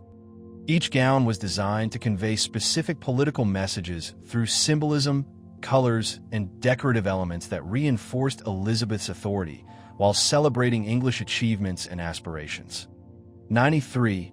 The 4-hour ritual. Elizabeth's daily dressing ritual, which required 4 hours to complete with the assistance of her ladies-in-waiting, transformed the simple act of getting dressed into an elaborate ceremony that reinforced royal hierarchy while creating opportunities for important political conversations.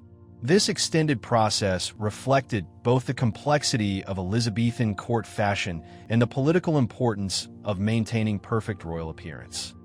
The ritual began before dawn with the careful washing and preparation of Elizabeth's skin, followed by the application of cosmetics designed to create the pale, flawless complexion that was considered the height of beauty in 16th century England. This cosmetic preparation was particularly important as Elizabeth aged and needed to maintain her image as an ageless, perfect queen.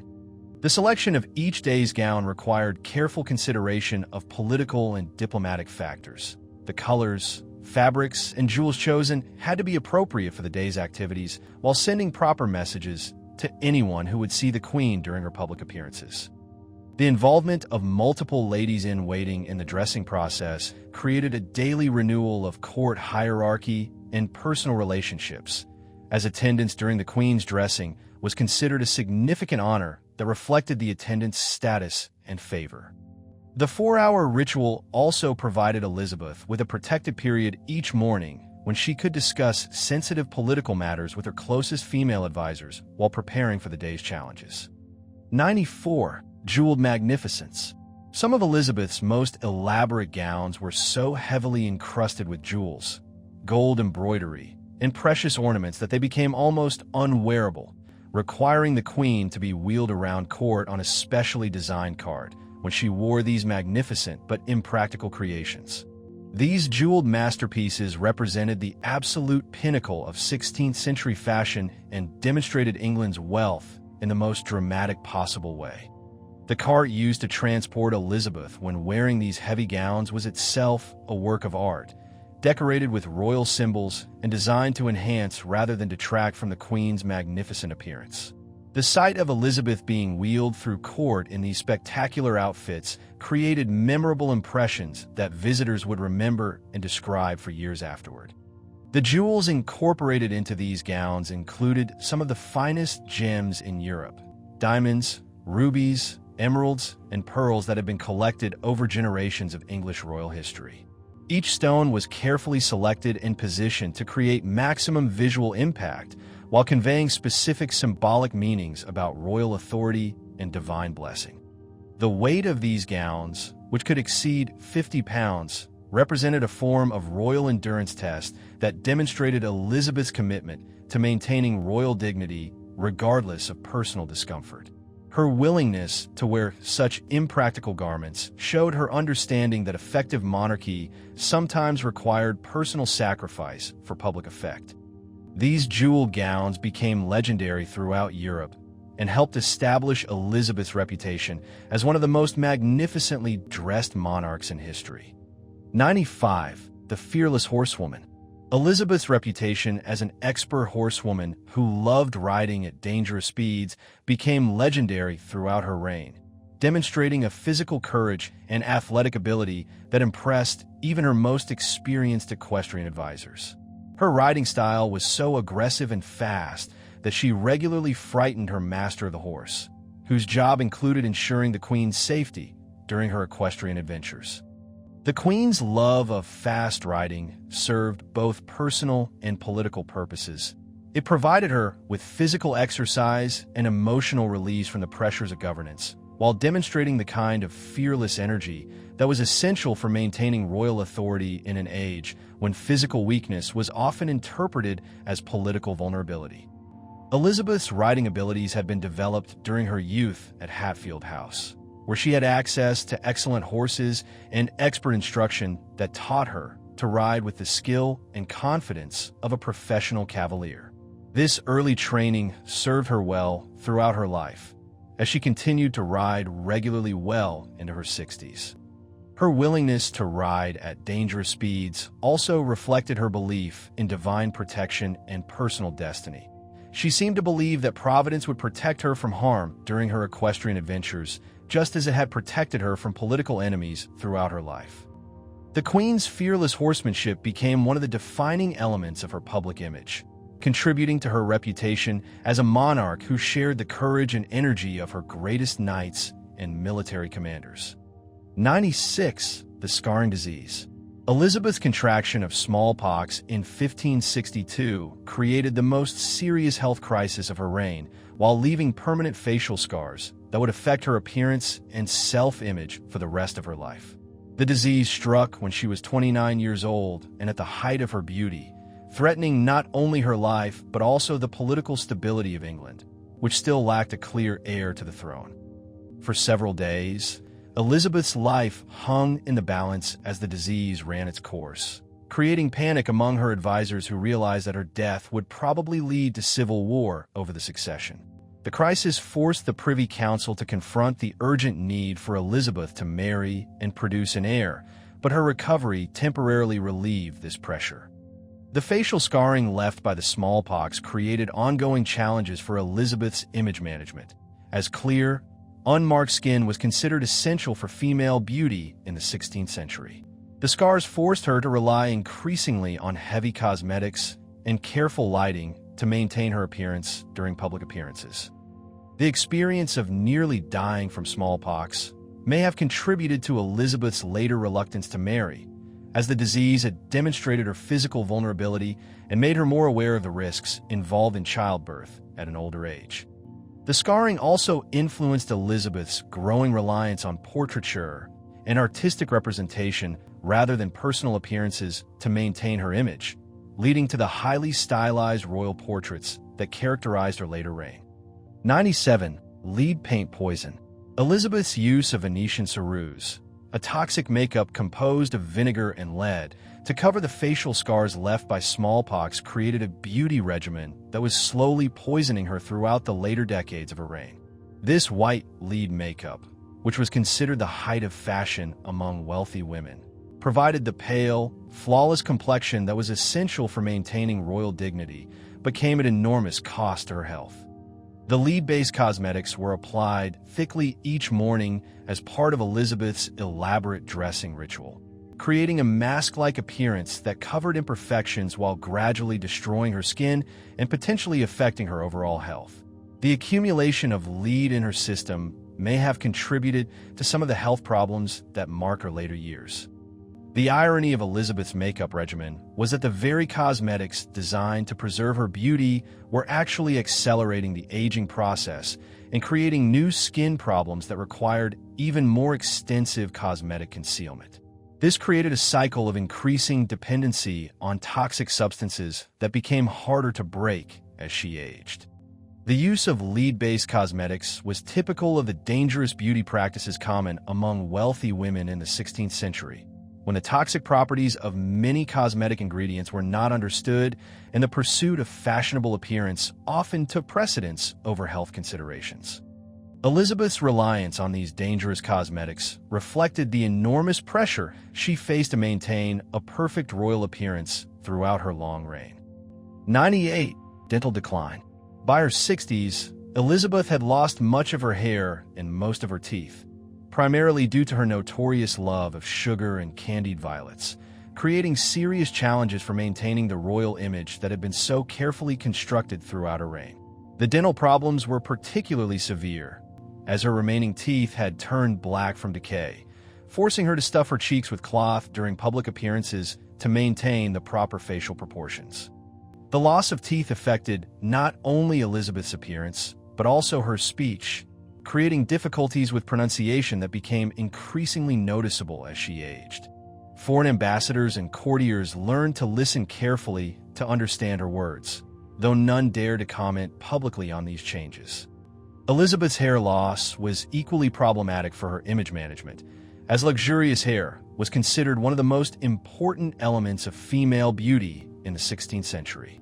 The Queen's famous red hair, which had been one of her most distinctive features, became increasingly thin and brittle as she aged. The combination of dental and hair problems reflected the general health challenges facing even the wealthiest people in an age before modern medicine and dentistry, when sugar consumption and poor nutrition often led to serious health problems that could not be effectively treated. These physical changes forced Elizabeth to rely increasingly on elaborate cosmetics, wigs, and careful staging to maintain her public appearances as she entered the final decades of her reign.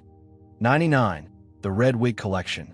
Elizabeth's collection of elaborate red wigs became essential accessories for maintaining her royal image as her natural hair thinned and grayed with age, allowing her to preserve the distinctive red-haired appearance that had become synonymous with her identity as England's Virgin Queen. These wigs were masterpieces of 16th century craftsmanship, made from the finest human hair and styled to recreate the lustrous curls that had characterized her youth. The wigs served both practical and symbolic purposes. They allowed Elizabeth to maintain a consistent appearance in portraits and public ceremonies while reinforcing the mythology of eternal youth that was essential to her political authority.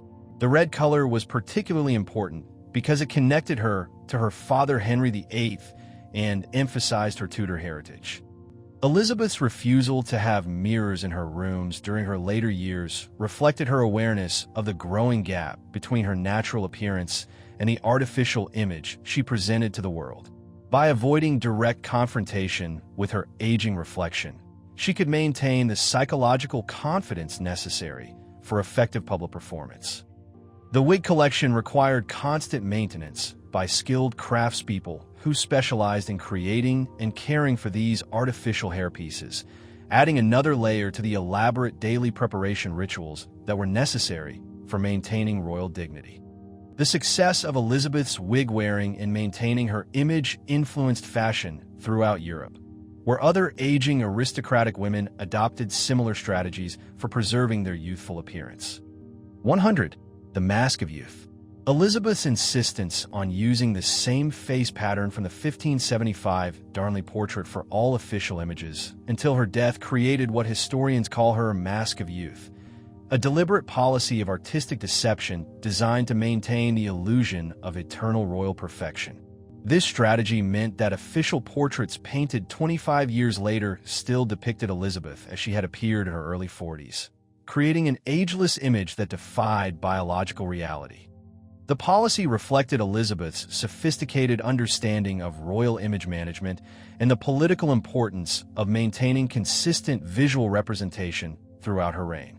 By controlling how she was depicted in official art, she could ensure that her subjects and foreign observers saw her as a timeless figure of authority rather than an aging woman vulnerable to the weaknesses of mortality. The Mask of Youth required cooperation from court artists who were required to paint from approved templates rather than from life, creating a standardized royal image that could be reproduced consistently regardless of Elizabeth's actual appearance at the time of commissioning.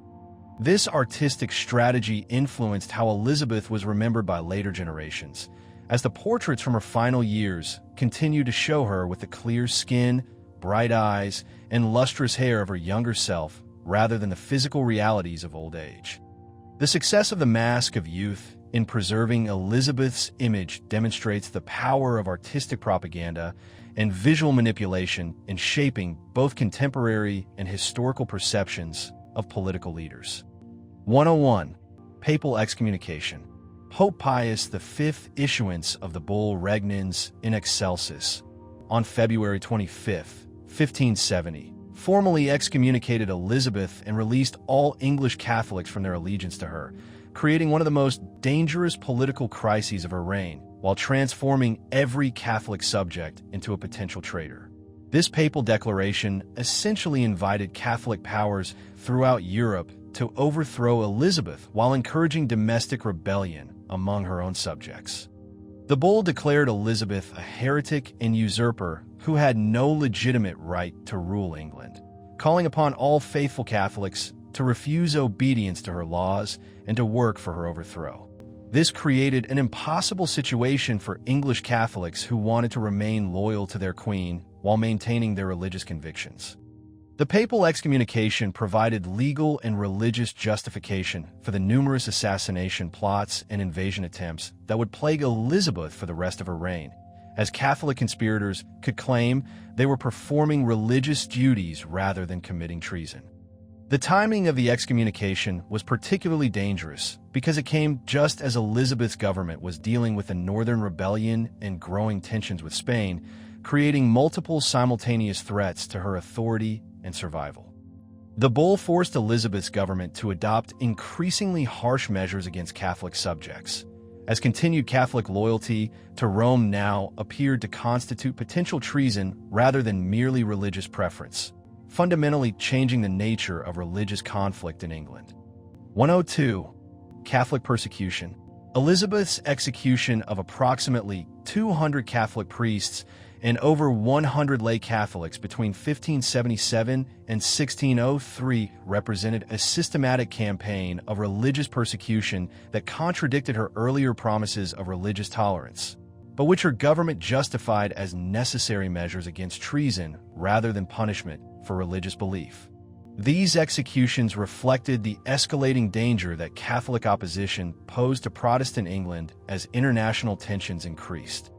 The government carefully framed these executions as punishment for political crimes rather than religious persecution, charging victims with treason, sedition, or harboring traitors rather than heresy or religious nonconformity.